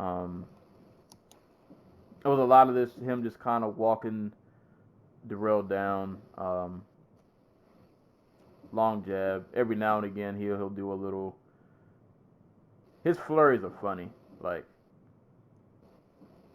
they're comical and audacity. Right, like he tries to fit like a. You ever listen to a rapper and they try to crumble they try to fit 8 words within 2 seconds. It's it's the equivalent of that, but boxing. He tries to fit an absurd amount of punches in this short period of time, and like I said, it's almost cartoon and he's having a blast when he's doing it. He's smiling and loving it, and I like it too. It's just really, it's fun to watch. But no man, a lot of this was kind of him he was walking the rail down, long jab. Every now and then he would throw off one of his 4-piece, 5-piece, 38. Right. he'll just kind of go off on a tangent with his combinations. I just felt like in the first half of the fight, like he was just really comfortable with how things were going. So he just kind of wasn't. I guess like he knew he was winning, or like felt like he was winning. So he never really felt the need to kind of like turn it up. At least to me, that's what I saw. Right. Like it didn't look like it was a cool fight, but it was like, all right, you can probably go a little harder. And not that Dirrell wasn't offering resistance, like he was firing back, but I think you kind of got the sense of like, all right, if Benavidez just kind of puts his foot on the pedal a little more, he could probably start inflicting some real damage. And the fight was kind of on this just really even pace up until I think it was like round 7. Was it the end of 6 going into 7 when the cut happened? I want to say it was in the Was it fifth earlier? round. I can't remember. But after the cut, and props to Dirrell for even like continuing and still going out there after the cut, because boy, that cut was in like the worst possible place, like right on your eyelid, and it was like completely cut open, like it was nasty. That was a nasty cut. Um, and they had the doctors check it, I think, a couple times, but Dirrell came back out there and he was, you know, dude was ready to go out on the shield. Like he wanted to keep fighting. He kept fighting. Um, and I think after the cut is finally when you started to see Benavidez kind of pick it up. Like he started to get much more aggressive. The the combinations went from that comical fun to like, all right, now I'm trying to hurt you now. Like I'm trying to get you out of here. Um, so yeah, the combination started to hit harder. He started to get a lot more aggressive. He would catch Dirrell against the ropes, and the flurries were just. It looked like he was trying to end the fight, and good on his corner. Maybe a round too late because that last round of the fight, I think they stopped it in round 9. Um, Yeah. he was punishing Dirrell, like it was bad. Like he was just walking him down and just beating him up. Like it was like a mugging. Like he was taking his lunch money, digging in his pockets. Just he was really just giving it to Dirrell. And then finally, I can't remember at what minute mark, but like was those his corner or were those the doctors? Because there were people on both sides of the ring waving their hands for them to stop. I think it was the Yeah, doc.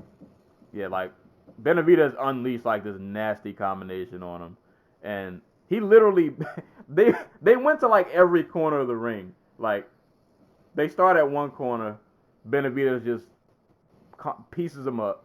They go to the other corner, same thing. Dirrell like circles out, goes to the other corner, gets pieced up again, and then at that point, like the doctor's like, all right, we're good, and they come in both waving their hands and they stop it. And Dirrell didn't argue. Like I think he kind of knew what the moment was. Like he was trying to go out on the shield, but I think he knew the cut was bad, and they were just trying to look out for him, which I appreciated that. So like I don't know a lot about Darrell. I've seen him fight before. Um, like the book on him has always kind of been like he's always been like an underachiever. Um, like there was a point in his career where he was fighting like once a year, and seemed pretty obvious he was only doing it for the check. Um, like he shows up mad, unmotivated. He'll like build up a big lead and just like kind of coast. Um, I think Benavidez early just realized like if I keep it competitive, I just keep sticking my jab in his face. He'll eventually just get bored, and that'll be my path to victory. I can pick it up in the back half of the fight, and he won't have that extra gear to kick in. Plus, he's like 12 years older than him. Dirrell, that is. He's 34, about to be 35. Um, but yeah, no, that was solid-ish perform. Not solid-ish. That was a solid performance from Benavidez. I believe he got stripped of the title because he tested positive for cocaine or something. I think that's what it was. I guess he gets the title back. I think. Uh, you know, uh, yep. Hopefully, we get to see him fight somebody at the top of the division. Caleb Smith is currently in the zone, as is Chris Eubank Jr. I don't really know what the hell is happening with Billy Joe Saunders. I think he's fighting on that side versus Logan Paul fight. Yeah, I don't remember if it's Logan or Jake or I don't even remember what the fuck the other one's name is. But like from what I remember, like the most of the top dudes in this division are locked up in like the UK or the zone. But I hope he's able to fight one of them because Benavidez, besides maybe Callum, probably the funnest fighter in this division, top of this division anyway. He's super young. He's only 22, so like sky's the limit. Crazy to think his brother was the one everybody was hyped about because his brother like was sparring with Manny Pacquiao and training with Freddie Roach. He was like 16 years old. Does the bro still fight, or is he? Yeah, his brother's Jose Benavidez Jr. Did not know that. Shout out to David Benavidez. But, keep unleashing those. Keep on keeping on, bro. Comical non-punch combos, and I will keep watching. And keep off the white. Right, definitely keep off the white. No, nothing successful comes from that. We end up in. We ain't gonna go there, but stay off the white. But congrats to David Benavidez. All right, man. Moving on. It's like the co-main event. No, this is the main event, man. I was looking forward to this honestly, way more than like any other fight. Oh yeah. This is the best fight of the week. Yeah, I would say yeah. I was looking forward to this more than any fight this weekend, and it exceeded my expectations. And I was really. This fight gave me that nice feeling that I was like, oh, this is why I like combat sports, because I get to see stuff like this every so often. I get one of these, and it feels good. Errol Spence Jr. versus Shawn Porter. Admittedly, I don't remember how many times I've really seen Porter fight. I knew the name, and I'm pretty sure I've seen him fight before. But as you guys know, I'm not a boxing aficionado. I pay attention here and there, but I don't follow as closely as I do MMA. But I knew the name. Errol Spence, I've been pretty much following like since he was in the Olympics. And I've kind of like always just kept an eye on him. So I've just kind of always been a fan. So I thought in this fight, and I should have did my homework.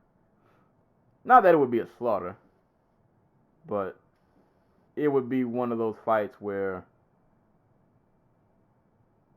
it would be cool for a little bit, but after a while, we'd be like, all right, we know who's about to win this. And boy, was I surprised. Boy, was I afraid for like the first 4 rounds of this fight. Really? I was a little shook. Not about that. Like the surprise. Like, well, that's right. You like you said, you don't really follow Porter. Porter, dude, like his fight with Keith Thurman, that was one of the best welterweight fights we've seen in a while. That plus he beat Danny Garcia. Probably should have lost to what's his name? Ugas earlier this year, but like Shawn Porter, Porter is a dude who will give anybody in the welterweight division a tough fight. Like he is absurdly tough and absurdly strong, and like he's just really just a super tough out. Yeah, within the first couple of rounds, I was like, oh, he is scrappy. Like, he's making this a really hard-nosed, kind of grimy, kind of dirty, just... Sometimes I'm really used to seeing Spence be able to just kind of, like, outbox a dude, and it looked kind of, like, clean. And this was not that at all. Yeah, no. This was not clean at all. See, the thing is, Porter kind of just fights not exactly like Spence. They both have their own peculiarities, but like It's basically the same game plan where Porter will get in your freaking face and just throw punches. His problem in the past has been he likes to crowd himself when he throws punches, but it seems like he's been getting better at that as time has gone on. But he doesn't, and he also doesn't like a smaller frame than Spence has. But yeah, no, he likes that grindy, get after them style that Spence really excels at as well. Yeah, he definitely got after him. Like, dude, they get in that little phone booth. Porter gets to just winging hooks, like, in these really just tight, confined spaces. And I was looking at the size difference, and I would assume there probably was a reach difference also. Um, but it seemed like he didn't have a lot of trouble getting inside. Like he was just But like Spence is gonna give like if you want to fight on the inside with Spence, he will let you do that because like there's a dude who wants to eat at your body. yeah, which he did. Went low a couple times. Yeah, Oh yeah, went low. went like yeah. explicitly. Yeah, he hit below the equator on more than one occasion. But I think I noticed that the first that I watched this twice. The first time I watched it, I was just like watching just like straight fan mode. Like, oh my god, this fight is like really really good. Like you got Porter in here just making this a really grimy, gritty fight. Like he's in here getting in close quarters. He's getting off these hooks. He's hitting Spence with a lot of good shots. He's ripping to the body too. Like it was way more competitive than I guess I thought it was gonna turn out. And eventually Spence started to turn on. But that the second time I watched it, I did notice like Spence landed a lot of body shots. Like he was going to the like anytime they got within close quarters, like they might tie up or a second before the tie up, or when they're winging punches, no matter what happens in the combination, at least one or two of them are going to the body. Um, and that he kept that pretty consistent throughout the fight, which is kind of crazy because as many body shots as he landed, I never got the feeling that Porter was slowing down. Like, Dude, like Porter is like, because like the technical side of it has never been like Porter's like strong. So like, there's a reason like they stressed that Porter was like a high school football athlete. Like that dude is built to go. He is. He's like what happens if you dump all your like stats into physicality. Because he will get after you. yeah, and I think it was round. I want to say like round 4. I don't know if Spence took the round off, or I probably just had to give the credit to Porter. But he was bombing on Spence. I'm pretty sure it was round 4 because that was one of the rounds that I gave him. He was bombing on Spence in round 4. Like, I don't know if I'm pretty sure there was like at least one time where he tagged him a good time, made him hit one of those kind of backups. Like, oh, like all right, I see what we doing. Yeah, he just made this really just grimy, gritty fight. But I liked a lot of what Spence did too. There were also I noticed on the second time, I can't remember which round it was, but Porter was just like winging this flurry, and Spence had his little Floyd moment. He did a lot of little shoulder rolls and kind of was able to duck and evade a lot of the strikes that Porter had thrown. And like I said, the second time I noticed, he just so many body shots, just so like if you if you look at the I never really noticed if they just started doing that or I just started paying attention to it, where they show like the number of strikes in real time while the match is happening. But yeah, that strike count was going up, and like a lot of those were just consistent, just body, in close quarters, body shot. And was it the 11th? I think when Spence dropped him. I want to say so, yeah. Yeah. Caught him with a nasty the slow motion of that left is so nasty. Like Porter's entire face like shifted over like twice. he put his mind, body, and soul into that punch. and made Porter take a knee. Yeah, just take a Right. knee. As hard as he hit him, you would have thought like Porter should have went out, or at least he should have been on both knees. Like he took like one knee and still like was able to like walk back to his corner and be cool.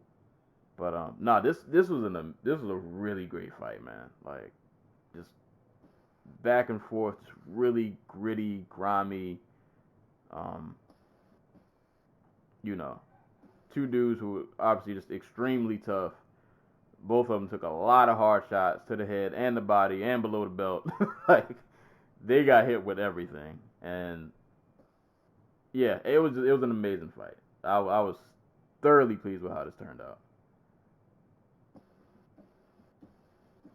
Yeah, no, it was fight of the year contender, man. Like, the only disappointment I have from this fight is that they dragged Danny Garcia back into the ring, and we're like, Danny is going to be fighting Errol Spence next, and I'm like, I don't. I already saw Shawn Porter beat Danny Garcia, and Spence is basically just a bigger, stronger version of Porter. So, like, what do I get out of that fight?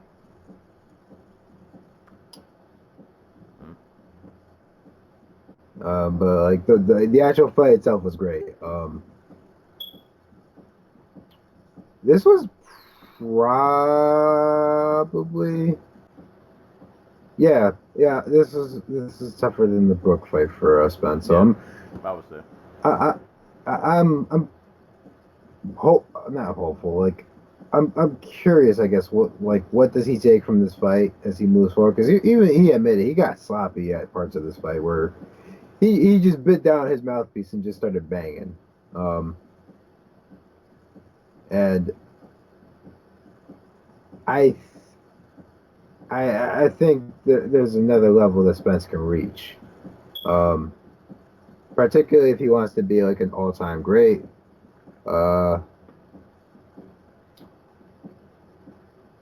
It sounds like the Crawford fight is just a no-go. It just sounds like it's not going to happen until one of these dudes is just like desperate for it. It's not like PBC is short on welterweights that they could feed to each other, so that's disappointing. Yeah, just all around terrific performance from both guys. Porter's stock probably doesn't drop, probably raises after this fight. Like this is what you want, like when the best fight the best, and like they put on these great fights, you want to see them like you want to see both guys stock rise, and that's what you got here. I'm curious what the pay-per-view numbers are, because if they were trending this well, that they already had an opponent picked out for Spence after he was done, like that's a good sign. Wasn't Danny wearing the turtleneck? Yeah. That's all I noticed the entire time. He was like, why are you wearing a turtleneck? He seemed really awkward in there, like he didn't want to be there. I don't know. Just the turtleneck threw me off. But no, yeah, that fight was heat. That fight was heat. That's worth a rewatch. That's worth a couple rewatches. Like that was one of those fights that you can just like every now and again, if you're just sitting around, you don't got nothing to do, like let me just watch this again, just because, and just watch two dudes just kind of bite down on the mouthpiece and just slug it out. I guess before we get off the fight, do you think that style, like, because like you said, he did look, as entertaining as it was kind of a little sloppy. Like, I ain't gonna say you think he should abandon that, but fight a little, what's the word? Smarter, cleaner, I guess. Like, hey, maybe, I felt like this definitely could have went the other way. I mean, that could have easily have been him who got knocked down, but it's a tricky line. Like, not to I don't know, mix the two sports up, but like you look at Justin Gaethje, and like he had success against Cowboy, just doing the complete opposite of what he's done in the past. But like, does that style of fighting get him the win over, I don't know, like Michael Johnson? Right. Like, once you start playing with a guy's natural inclination, it gets really, really sticky. Because, like, okay, his instinct right now for, like, when he gets tagged is to throw back. You know, like, what do you do if you train into him to do something else? Like, do you get that split second of hesitation that costs him the fight and gets him put down? Do you like are you giving up points? Like it gets so tricky. Like I do think he should pare down his game, put more build more defense into his game. I guess like it's not like it's not there, but it's definitely not emphasized and it's definitely not prioritized. But at the same time, I don't want him to like entertainment value, yes, but at the same time, like this is what makes him a special fighter. This is what got him the win over Kell Brook and what got him the win over Shawn Porter. He is doggedly freaking tough, and his entire game plan is, I'm going to just stomp my foot in the accelerator and go as hard as fucking possible, and you know you're gonna hit me, but you know that's probably not gonna be enough to stop me. So, I don't know.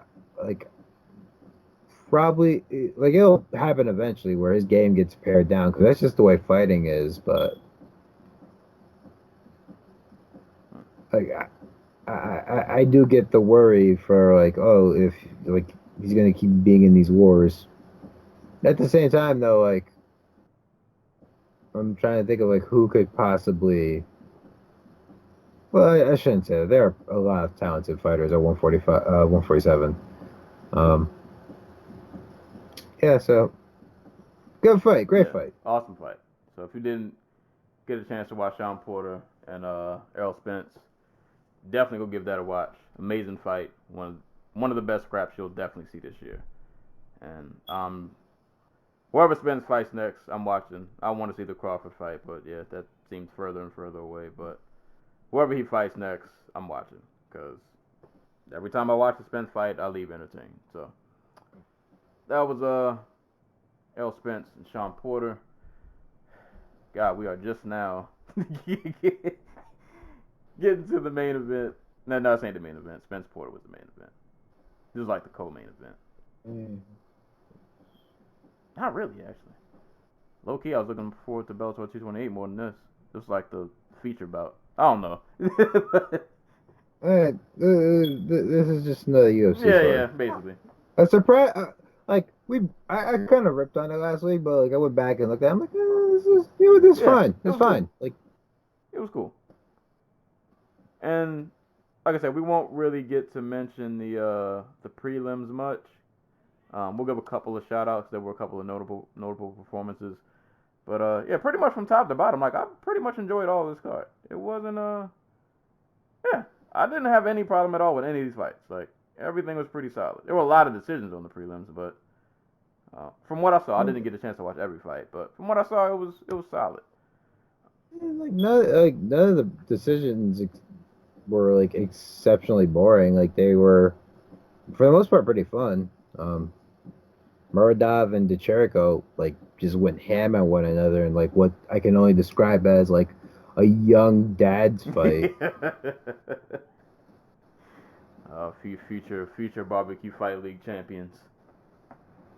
They got some time. They haven't even got their pot bellies yet. They'll get there.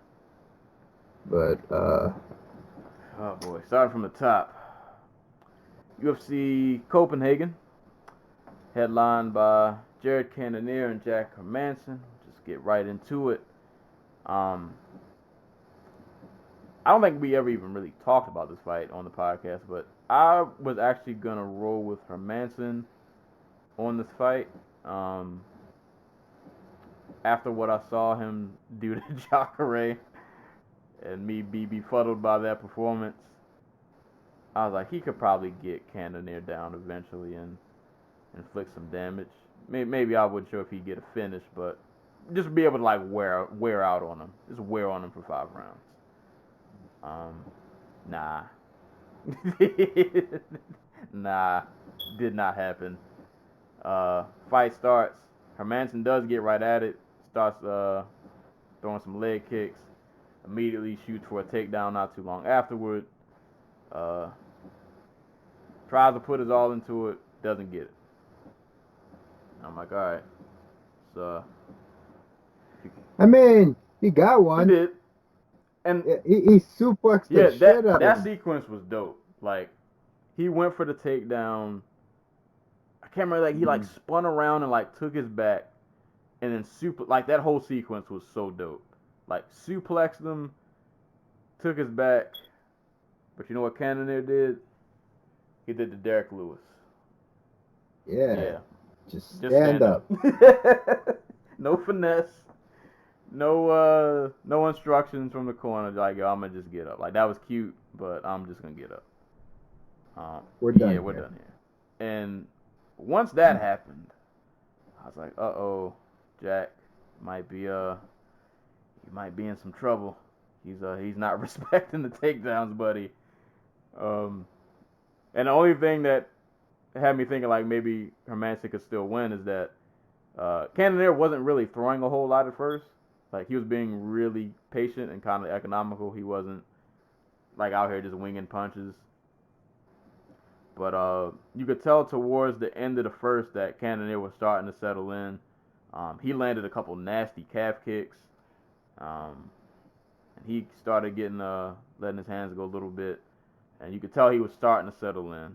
And then, like, right as soon as, I ain't gonna say as soon as the second round started, but it didn't take that long. Second round, Hermansson goes for a takedown and could not have picked a worse time because he got met with an uppercut that stumbled him back. And then Cannonier with some highly abusive ground and pound. Just punches and elbows, just obliterates this poor man. just rains down blows on poor Hermansson. And yeah, that was it. All she wrote. Yeah. I think Joey had a good read on this fight where he was like, yeah, it seemed like Jack Hermansson came into this fight believing that he only, like, not that he only needed the takedown, but like he was just going to be like, fuck it. I'm not going to exchange with Jared Cannonier on the feet because he hit so hard. I'm going to focus solely on wrestling, and that will either carry me through or I will get knocked the fuck out. And he got knocked the fuck out. That uppercut that Cannonier hit while Hermansson was changing levels was a thing of beauty, though.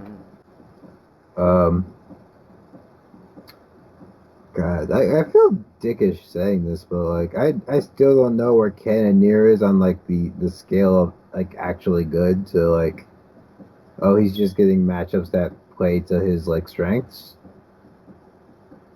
which is part of it. Like you can never be completely dismissive of like, oh, he's only winning. Like you can never be like he's only winning because he's getting the right matchups, because like even then you have to have a particular skill set that makes you good at, and like Jack Hermansson's a damn good fighter. But like it did feel like Hermansson conceded a whole part of the game to him because he was super reluctant to exchange with Cannonier on the feet. I'm happy Cannonier won because he seems like a good dude. Yeah, he had a nice little speech. Also, he controls the universe, and that scares me. When he said that, what kind of Thanos speech is this? What? I was like, whoa. Right, he's like, the universe. Jared Cannonier just came out as right. God. I control the universe. The universe flows through me. I'm like, all right, buddy. All right. I believe you. I mean, when you uppercut somebody like that, I guess I can't really, I can't disprove of what you're saying. So And then he had a whole conversation with, I think it was Rashad Evans on the post fight show where he talked about like quartz and the mystical healing properties or whatever. I missed that. I missed all of that. But shouts to God, Pudankers on Tumblr who it was with Woodley who had my favorite comment on like Jared Cannonier from this whole weekend. I was watching the post fight show where he was talking to Tyrone Woodley about energy and his properties, and the properties of his crystals, and realized he's pretty much the guy that Justin Willis sees himself as in his head. I was like, damn. Damn. Oh boy. Oh man. That is.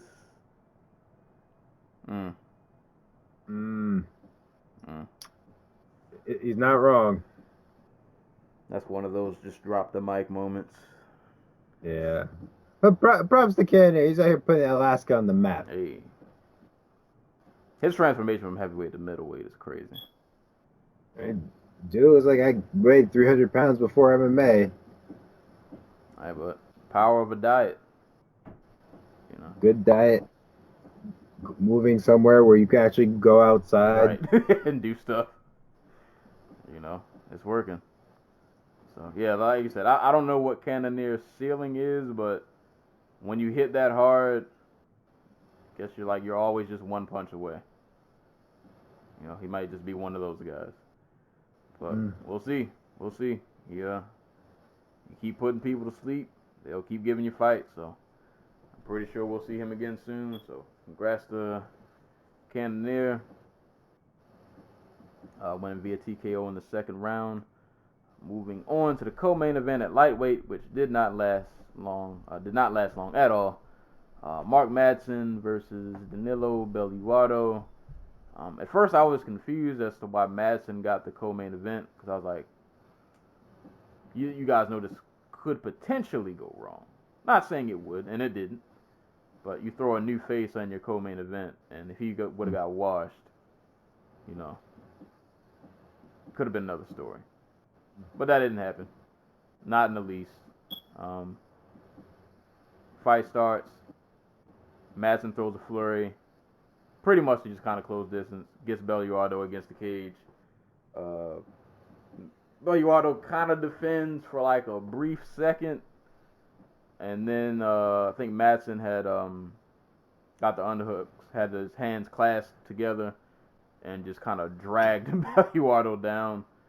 And then had him pushed up against the cage and proceeded to just beat the life out of this man. Landed some punches. Went for a choke for like a quick second. Let it go. Elbow, elbow, elbow. Punch, punch, punch, punch, punch, punch, punch. Game over. That was that. That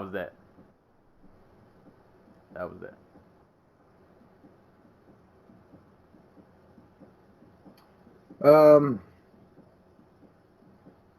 Yeah, no, like the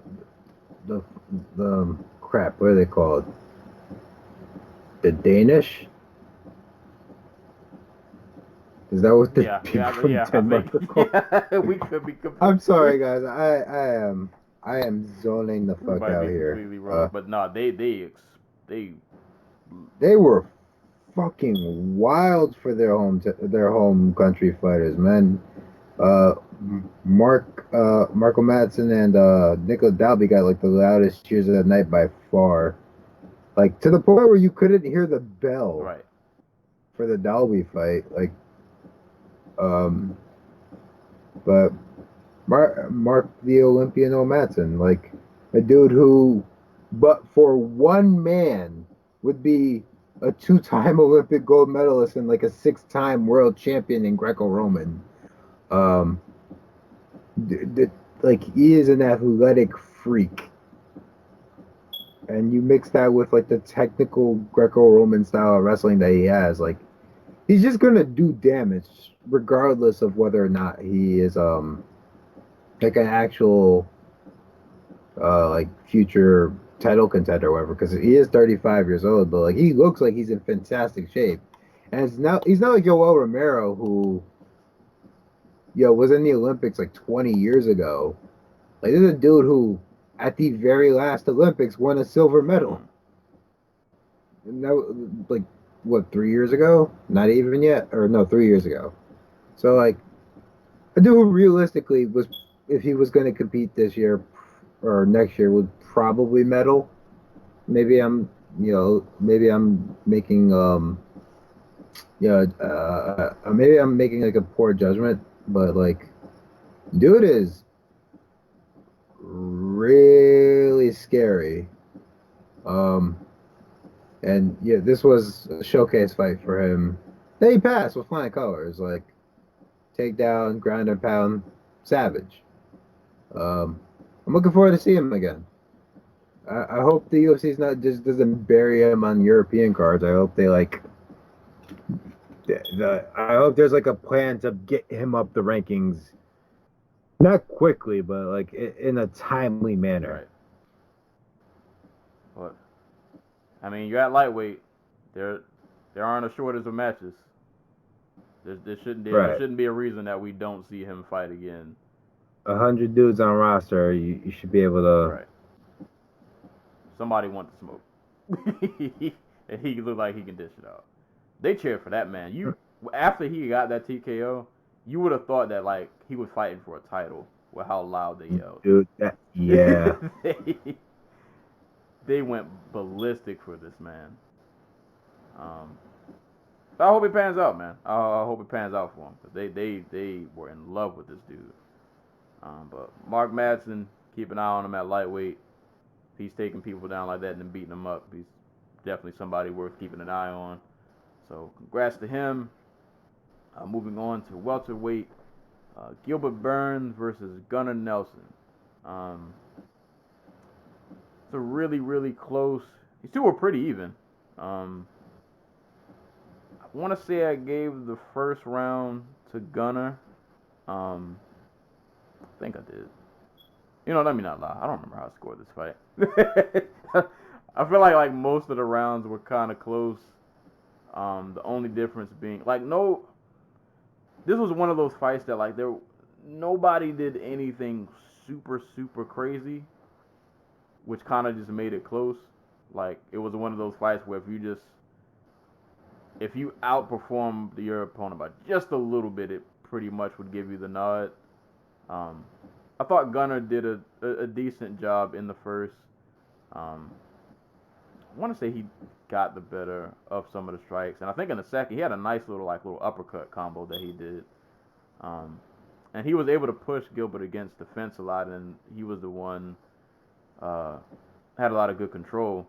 But in that second round, I think a lot of his progress got erased by that knee that he caught, because that was probably the hardest hit of the entire fight.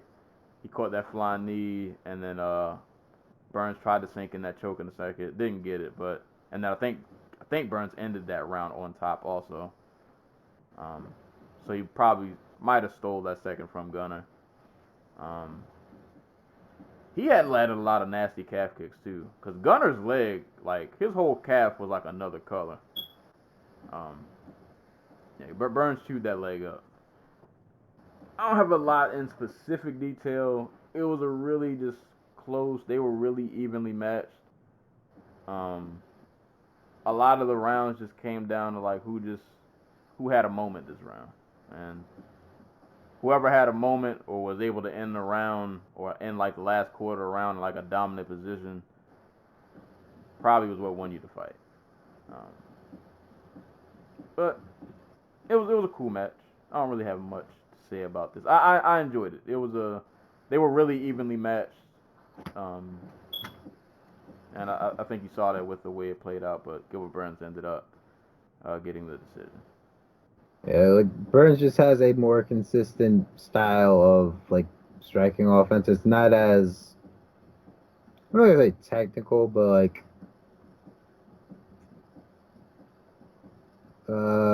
flashy, I guess, as like Gunnar, because but like it's effective at getting points, putting Burns in position to get his takedowns, which were the key. Was it the takedown in the third round that won the fight? Yeah, I think so. Cause like not a whole bunch was happening, but yeah, I think he picked up Gunner, took him for a ride. Like he had a big slam in that Yeah. third round. It's cool to see Burns have success at like 170. Like it is what his second fight on like 2 weeks notice, and he's still out Right. here beating really skilled dudes like Nelson and what's his name, Kachenko. So like yeah, I'm all for Burns sticking at 170 because he's looked good. Probably not the blowout fight. Well, I can't even say that because, like I said, he's on short notice. He's up a weight class that I'm not sure he's like fully developed into. Like he hasn't added on the muscle to make the weight. He's just like not cutting as much. But I'm interested to see where he goes from here. Like this is a good fight, good performance, good job all My around. favorite moment from this fight. It was a very subtle moment, and it came from Gunnar Nelson. Did you see the jab slap thing? Yeah. That was funny to me. Like I can't really describe what he did because it wasn't like a punch, but it was something. It was like this lunging slap that he did very subtly. And they mentioned it during commentaries. If you watch it, you'll know what it is. But that was funny. But props to both. It was a cool, it was nice, entertaining, pretty evenly matched fight. But like I said, Gilbert just got a little more to offer, I guess. So congrats to Gilbert Burns, 2 week notice GOAT. Moving down, oh boy, both of these next fights are 205, and boy, oh boy, oh boy. All right, 205, man. Moving on down. What a garbage day. Ian Kudalaba versus Khalil Roundtree. So Roundtree decided to take it back all the way to like the early days of UFC. And he decided he was going to go out and prove that Muay Thai is the best martial art, and he did that by only training Muay Thai. So how did that work out for him? Well, I'll say in his defense, um, bro, he hits extremely hard. Like, I gotta give him some props. He didn't land a lot in this fight, but boy, when he did it just sound really painful. He caught Kudalaba with a right, I want to say. He threw a nasty body kick, but I think Kudalaba caught it, and then he proceeded to try to throw punches while he was 1 foot. You know how that doesn't never really work out. Kudalaba repeatedly to get takedowns would just sweep Roundtree's feet from under him. Like I think that was like how he got like almost every takedown. He just kept sweeping his feet out. Just I don't know, and it kept working over and over. He just swept the feet, and Khalil just went down. And I think at one point they were clinched against the cage. Roundtree did land a nice elbow that kind of backed Kudalaba up, but that was like the last of like Roundtree's offense. Kudalaba, I think, caught Roundtree with a Superman punch. I'm trying to remember. Oh yeah, he slipped his feet out from under him. He had, I think he had Roundtree against the cage, and he literally just put his foot behind like his ankle to sweep. Just got Roundtree on the ground, and that ground and pound, boy. Kind of like somewhat similar to the Cannonier fight. Very abusive ground and pound. Just elbow on elbow on elbow. And Roundtree didn't make it out the first. Yeah. Yeah. Yeah. If you're gonna fight a dude who has been wrestling since he was like 5 years old, maybe train to stop some takedowns. That's all I'm saying. That's all I'm saying. I was gonna say he tried, but Did he really though? he got them takedowns pretty easy. Like I said, foot sweep pretty much just equal to takedown. Pretty consistently. And then after this fight, I thought I had to puff my chest out for a little bit. Couldn't do that to old man Glover. He ain't take that. Yeah. Old man Glover wasn't with none of that nonsense. Kicked him right off the line. But that's another story for another day. Well, I mean, fight already happened. You guys can go watch it. But after the fight, that just made me laugh. Like, God, he really got Roundtree out of here real quick. But old man Glover, he couldn't do that with him. But man, Kudalaba's a savage though. Like, he is a savage human being, and he unleashed on Roundtree with those elbows, and he got him out of there first round. So congrats to Ian Kudalaba, and continuing the 205 shenanigans. Boy, oh boy, the man, he's OSP for me is kind of like Michael Johnson in a sense, where I look at both of their careers and I'm like confused sometimes. I think both of them. Well, I think they're both really talented, but like something is just like sometimes just ain't clicking, and I don't really know what it is. And just like some fights go in their favor, and then sometimes you never really know what's gonna happen. OSP is just one of those guys for me. Like, I like him, but every time I watch him fight, I'm like, I just don't know I cannot predict his fights. I don't know what he's gonna do or what he's not gonna do. But Ovince Prue versus Michał. Oh God, I heard them pronounce this, and I even practiced it, and now I don't remember it. Olin Shajuk. That's probably completely wrong. I heard them say it like 30 times. Like, I'm gonna remember this for the podcast, and I don't. But Michał came out with them hands, ready to go, out the gate, as soon as the fight starts. He's cracking OSP with lefts. He's throwing combinations. He is just beating the life out of. I ain't say beating the life, but he's laying a lot of hands on OSP, out the gate, just combinations in his face. Wasn't trying to let OSP breathe. Didn't he drop him in the first? Well, I feel like he did. I don't know if he stumbled or if he was off balance, but I feel like he dropped him. He definitely hurt him. I don't know if he dropped him. But either way, he was landing bombs on OSP, like, straight out the gate. But OSP, he was eating them. It wasn't looking good. He was doing some retreating, but he was eating them. He was taking the shots. He was taking them on the chin, and you kind of got the sense close to around like the end of that first round, maybe about the last minute, it seemed like OSP was starting to settle in a little bit. He wasn't getting tagged as much, and he finally was starting to offer some resistance. And then in the second, you could tell that OSP was really like, all right, now it's kind of time for me to fight back, pretty much. Like, Right. like, he took the first round off.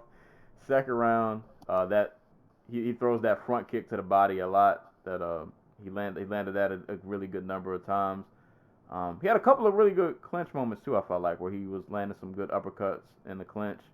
And then he started to catch Michał with a couple of combinations. It's like, all right, now we gotta fight now. Like, OSP he had to eat an 80 punch combo, but it woke him up, so I'll take it. I guess I just gotta get straight to the finish because props to OSP because he's still getting this off. But I was also confused, like, you guys know that he is the only man who lands this submission. It's just him. Nobody else. There's nobody else who does this. He's the only one who has this special move. And y'all didn't. Nobody prepared. Nobody. Well, like I'll give Mihail this. It didn't look like he was going for it, like a guillotine or anything. OSP kind of just wrapped his arm around him himself. It was slick. Hmm. Yeah. And I guess also I can't be too hard on Michal, but when I was looking at like their body shapes, I was like, he's a small 205er. Yeah, no, he's a 185er. Definitely. Like if he was like 10, 15 pounds heavier, he probably would have won the fight. Yeah, because he is not a big 205er at all. And you look at OSP, that's a big. It's a grown man body, and like I can only imagine like he sinks in the Von Prue, and it's definitely the Von Prue now. Like I can only imagine like the amount of pressure that was, because he was leaning into that bad boy. Like you said, yeah, it was slick how he kind of he just grabs his arm like, yeah, I'm gonna take this real quick, because I need this to execute my choke or my submission. I forgot how many Von Prues is this now? 4. That is insane. Insane. Yeah, that's wild. Like OSP is basically in like his Glover Teixeira phase of like his career, where like he's going to get beat up in the first round, but like he's been around long enough that he's crafty and composed enough that he doesn't like panic when he starts to get beat up. So like he always has a chance to just storm back in the second round. Like the old man strength is still there. Like the speed probably isn't. The explosiveness isn't, but like dude still knows how to fight. He's got like 50 fights on his resume. Like if he can get you down, he has a short list of submissions, and they're all the Von Prue choke to work towards. So, like, yeah, no, so good win for OSP. It's nice to see that he stopped the small skid. Lives to fight another day. Another one of those fights where like only at 205. Only at 205 are we getting off Von Flu chokes. Like only at 205 is this happening. Where a guy does it 4 times. Like, but hey man, if you got a special move, it is what it is. But congrats to OSP. Glad he got the win, especially considering how the first round went. So, way to come back from adversity. Bring out the secret technique on him. They never saw it coming. So, congrats to OSP. Winner via Von Flu choke in the second round. And rounding out the main card, Nicholas Dalby making his UFC return against Alex Oliveira. I got two immediate thoughts. As soon as they were doing entrances, first thought was isn't Oliveira still got the charges going? Isn't that still a thing? Yeah. Yeah. No one's said anything since his manager or whatever came out and was like, these charges are fake. He's turning himself in. So I have no idea what's happening. I did. Somebody posted on Twitter, but I couldn't read all of it. They talked about it in some Brazilian, I think, newspaper. So the article was like a rough English translation. But it was a really rough translation, so it was kind of hard to kind of keep up with like what was actually happening with this whole thing. So I can't really remember. But it's definitely, it's still like an ongoing thing, I'm pretty sure of. I can't remember who posted it on Twitter, but there was some article out there about that. But there was a lot going on in this fight. For one, Alex Oliveira's hair was a thing. I don't know what that was, but yeah. I don't really know what that was, but I didn't appreciate it. He looked like a. Oh god. He looked like a little girl. Yeah, I was like, bro, you're probably gonna lose because of that. And he did. Yeah. So you had the hair. That was a thing. Refereeing was a thing in this fight. A few questionable moments, and it sucks because I don't want to take away from the fight. Because good for Nicholas Dalby, like he's out of the UFC for what, like 3 years, 2 to 3 years. Goes over to Cage Warriors, puts on a lot of good fights. One fight that was literally so bloody that they had to stop it because they were slipping all over the cage. Makes his way back into the UFC. Gets this comeback fight against Cowboy Oliveira. And I liked a lot of what he did too. He landed a nice. There was this one combination where like he threw like a 1-2, and then he threw like 2 knees, like 2 like stepping knees. I can't remember. I want to say it was like the second round, but I like some of the combinations he was able to get off. And God, was it the first round? He had a switch in like the first or the second round that I thought was really clean. I think he tried it again at the end, and it didn't work, but then it ended up working anyway. I kind of forgot how it all happened. But I like what I saw from Dalby and like his comeback fight. Like he looked really good. Striking was pretty decent. He was taking the fight to Oliveira. I like what I saw from it. It was a kind of really grinded out, kind of like really grimy, kind of dirty fight. But boy, the refereeing kind of took away from the fun of the matchup. Like at one point,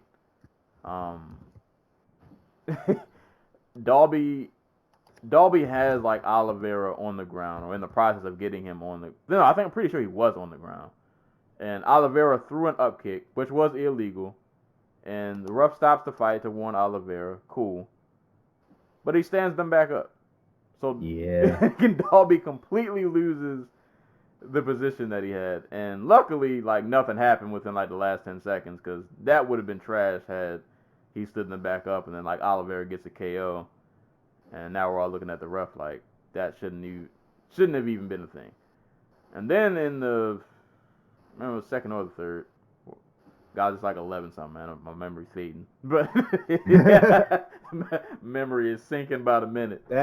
I think if we were thinking about what I'm thinking about, it's the third round. Yeah, like Oliveira's on top, and albeit he's not landing anything brutal, but he's throwing punches, and he's in a dominant position, and the ref's like, nope, gotta stand back up, and it's like, you probably just. I'm not saying. Cost the fight. Yeah, you probably. No, he cost him the fight. Yeah. Like if we're being real. And it's like, bro, you're all over the place. You are all over the place. And it kind of took away from, because this was an entertaining and it was a fun scrap, and it's just the refereeing just kind of took away from some of it. But no, I was happy for Dalby. I like what I saw from Dalby.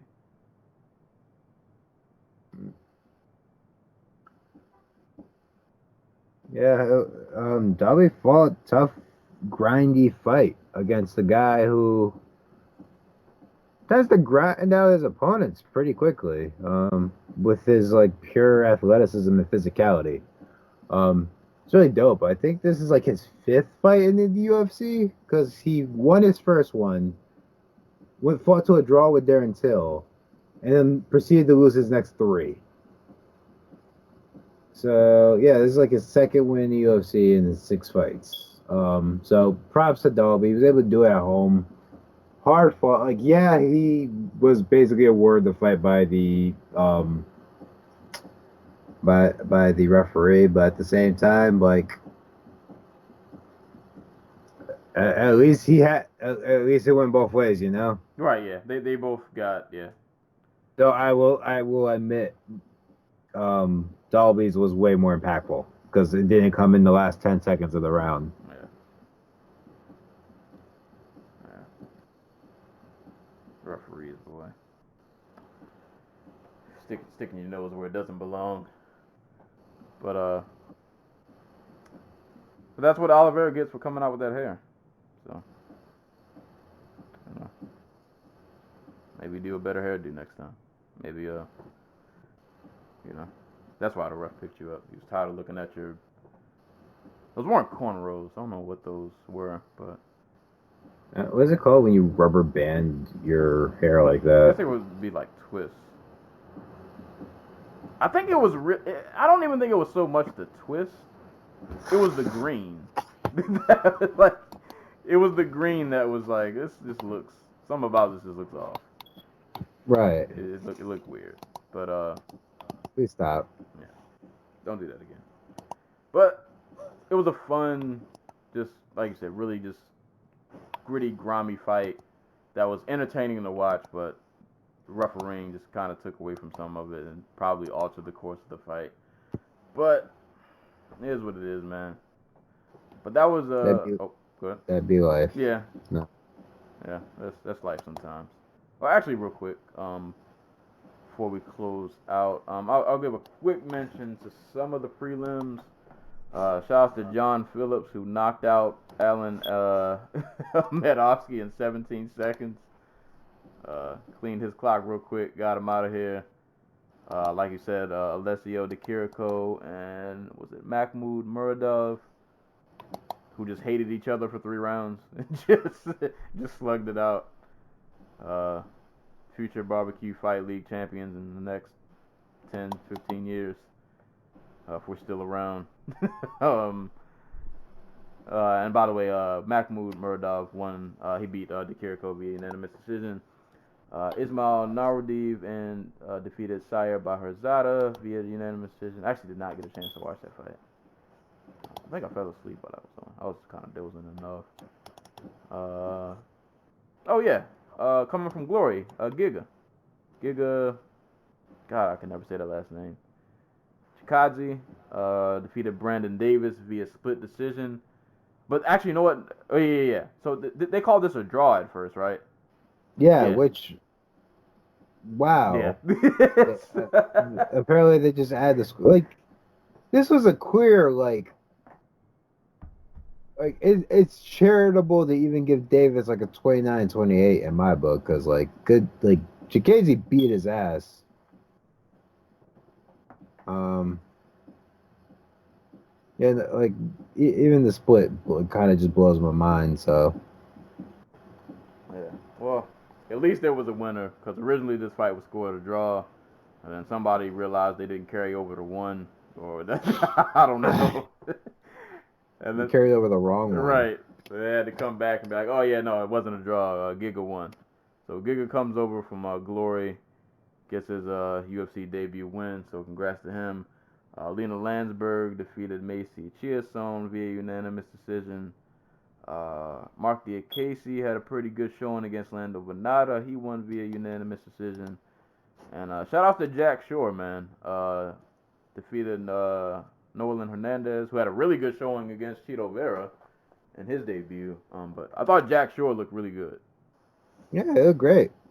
Like, I think I've said it like a million times, but like I'm always hesitant to like give any stock to these like UK wrestle / submission fighters, but Jack looked good. Got was it Noellen hesitant off the jab, like that. He has a really nice stiff jab. Got him really reactive. Was able to use that to turn Noellen's like offense into takedowns. Was really controlling on the ground. He moves between phases really well. I think that's the thing that stood out to me. Like, there's a sequence when he's starting to stand up from, who was it? I want to say like he like he got swept or something, and like he just decides to get up, but he got like Noellen's head like trapped on the way up, and he just turns into like a quick series of knees before he lets him go and gets back to work. Like it's really cool stuff. Yeah. So, shouts to him. Could possibly be somebody to look out for at bantamweight. He got the win via rear naked choke. And that was it. That was UFC Copenhagen. Like we said, man, it was a pretty dope card from top to bottom. Like, maybe not big on like names, but like good performances. I thought the matchmaking was pretty good. Like a lot of these guys were pretty like evenly matched, and it made for a lot of entertaining fights. And we got finishes, got submissions, got some nice just back and forth scraps. Got a little bit of everything. So that was UFC Copenhagen, pretty dope. So go back and watch it. I guess the good thing about all the fights, well, most of the fights we mentioned, between Fight Pass, the Zone, and Bellator's website, you can watch UFC Copenhagen, Bellator Dublin, Bellator 227 and 228 for Shawn Porter versus Spence and Benavidez versus Dirrell. You have to use some other devices, but they're out there. But nah, man, all the fights, all the cards were, all right, not all of them, but you know what to go back and rewatch.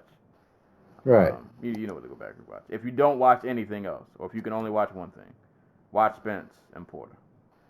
Errol Spence versus Shawn Porter was definitely the best fight that happened this weekend, like by far. Um, so somehow we got through it. That was a lot of fights to cover. We probably will just be hitting 3 hours, but we had to cover like 4 cards, so it was My brain hurts. yeah. It's after midnight now. I'm fading, so we can go ahead and I don't say we can close. You know what? Yeah, we can go ahead and close the part and shots and shout outs. I was gonna say I don't really. Oh, sorry. All right, sorry. Um, before we do that, I'm completely mind boggled. Next week, UFC 243, Israel Adesanya versus Robert Whitaker, and then co-main event, Ali Quinta versus Dan Hooker. That's basically it. Yeah, the rest of it. That's like the worst Yeah, undercard I've ever seen. you got a for strong pay-per-view. 1-2, and after that, it is a drop. Like it is a drop. Um, but that's next week. So be on the lookout for the main event and co-main event. The rest of that card, man, for a pay-per-view, nah, nah. But that's I love the main event though. Main event is amazing. Co-main event's gonna be fire, but the rest of that card for a pay-per-view, bro, that ain't worth the money. It's not. But we'll talk about it next week. Now, parting shots and shouts. Whoa, whoa, whoa, whoa, whoa, whoa, whoa, whoa, whoa, Other things. Yeah, What the fight, man. Koreshkov versus Larkin. Oh, that's next week? Hold up. Next week is October, right? Yeah, October. Oh, yeah, you're right. That is next week. Yeah. I'm not completely fucking crazy. All right, not all hope is lost. Not all hope is lost. Who else is on this card? Syed Awad versus Goiti Yamauchi. Derek Anderson versus Guillermo Bomba. Joe Schilling versus Tony Johnson. And Anatoly Tokov versus Hracho Darpinian. There we go. All right, that should be a decent time. Oh, Joey Davis on the undercard, or the prelims. There we go. All right. But okay, between Bellator and that pay-per-view. Whoa, I got 2 more for you. Is it 2 more? Yeah, well, there's Invicta, obviously, on Friday. But we got some boxing. Oh, throwing hands. Gennady Golovkin. Oh, and a Kovalev. No, Sergey Derevyanchenko. Who's Kovalev fighting? Kovalev's fighting Canelo. Oh yeah. God, bro, it's yeah, y'all. It's midnight. I'm sorry. It's fine. It's fine. Is there anything else? No, Rising's not to the 12th. Carson Shields is fighting next week. Showtime, I believe, against Habzin. I'm too tired to even check and see if that name is right. And there's a one championship heroes card, I think. So yeah, it's stuff. Cool. All right, at least it's more than that pay-per-view, because yeah, I got a feeling we won't be talking about a lot from that card outside of those two aforementioned fights. The rest of that. Are you not looking forward to Luke Jamal? Jamal? I don't remember how to say his name. Yeah, I mean, I wish him well, but I can't say he's bringing up the hype level, but we'll see. But all right, that's cool. The next week should be fun. Excuse me. All right. Now we can close with parting shots and shout outs. I don't even, it's not even really a shot or shout out, just I guess kind of like shout outs to LFA, who unfortunately from the last I read had to like postpone I think 2 of their upcoming cards because they still don't have A distributor. yeah, they don't have a distributor, they don't have any broadcast deal, which to me is insane. Like, this is too good of a promotion to still have them just kind of floating out with the ethos, floating out in the ethos with no like they should be on a platform. Like, there's no way a promotion that's this good should just kind of be out here just wandering and having to postpone cards because they don't. Yeah, I got the article pulled up. LFA 76. Okay, that was the final event. So LFA 78 supposed to be in Colorado, and LFA 79 was supposed to be in California. Both moved back to a later date. Meanwhile, LFA 77 will not air live anywhere, but the fights will be recorded to be shown at a later date. Like, that's Wow. crazy. But it does says they're in the process of seeking a new broadcast partner. Once our new deal is finalized, we'll continue developing the next generation, blah, blah, blah, blah. But, and meanwhile, like, they're in limbo, and that's not good. No bueno. Yeah, not good, man. No bueno. So, please, somebody, anybody, DAZN, Fight Pass, whatever TV network, like, somebody pick these guys up. So many good fights. Like, most of their champions go on to go to other major organizations. These guys need to be on television or streaming service or somewhere. Like, they need to be somewhere.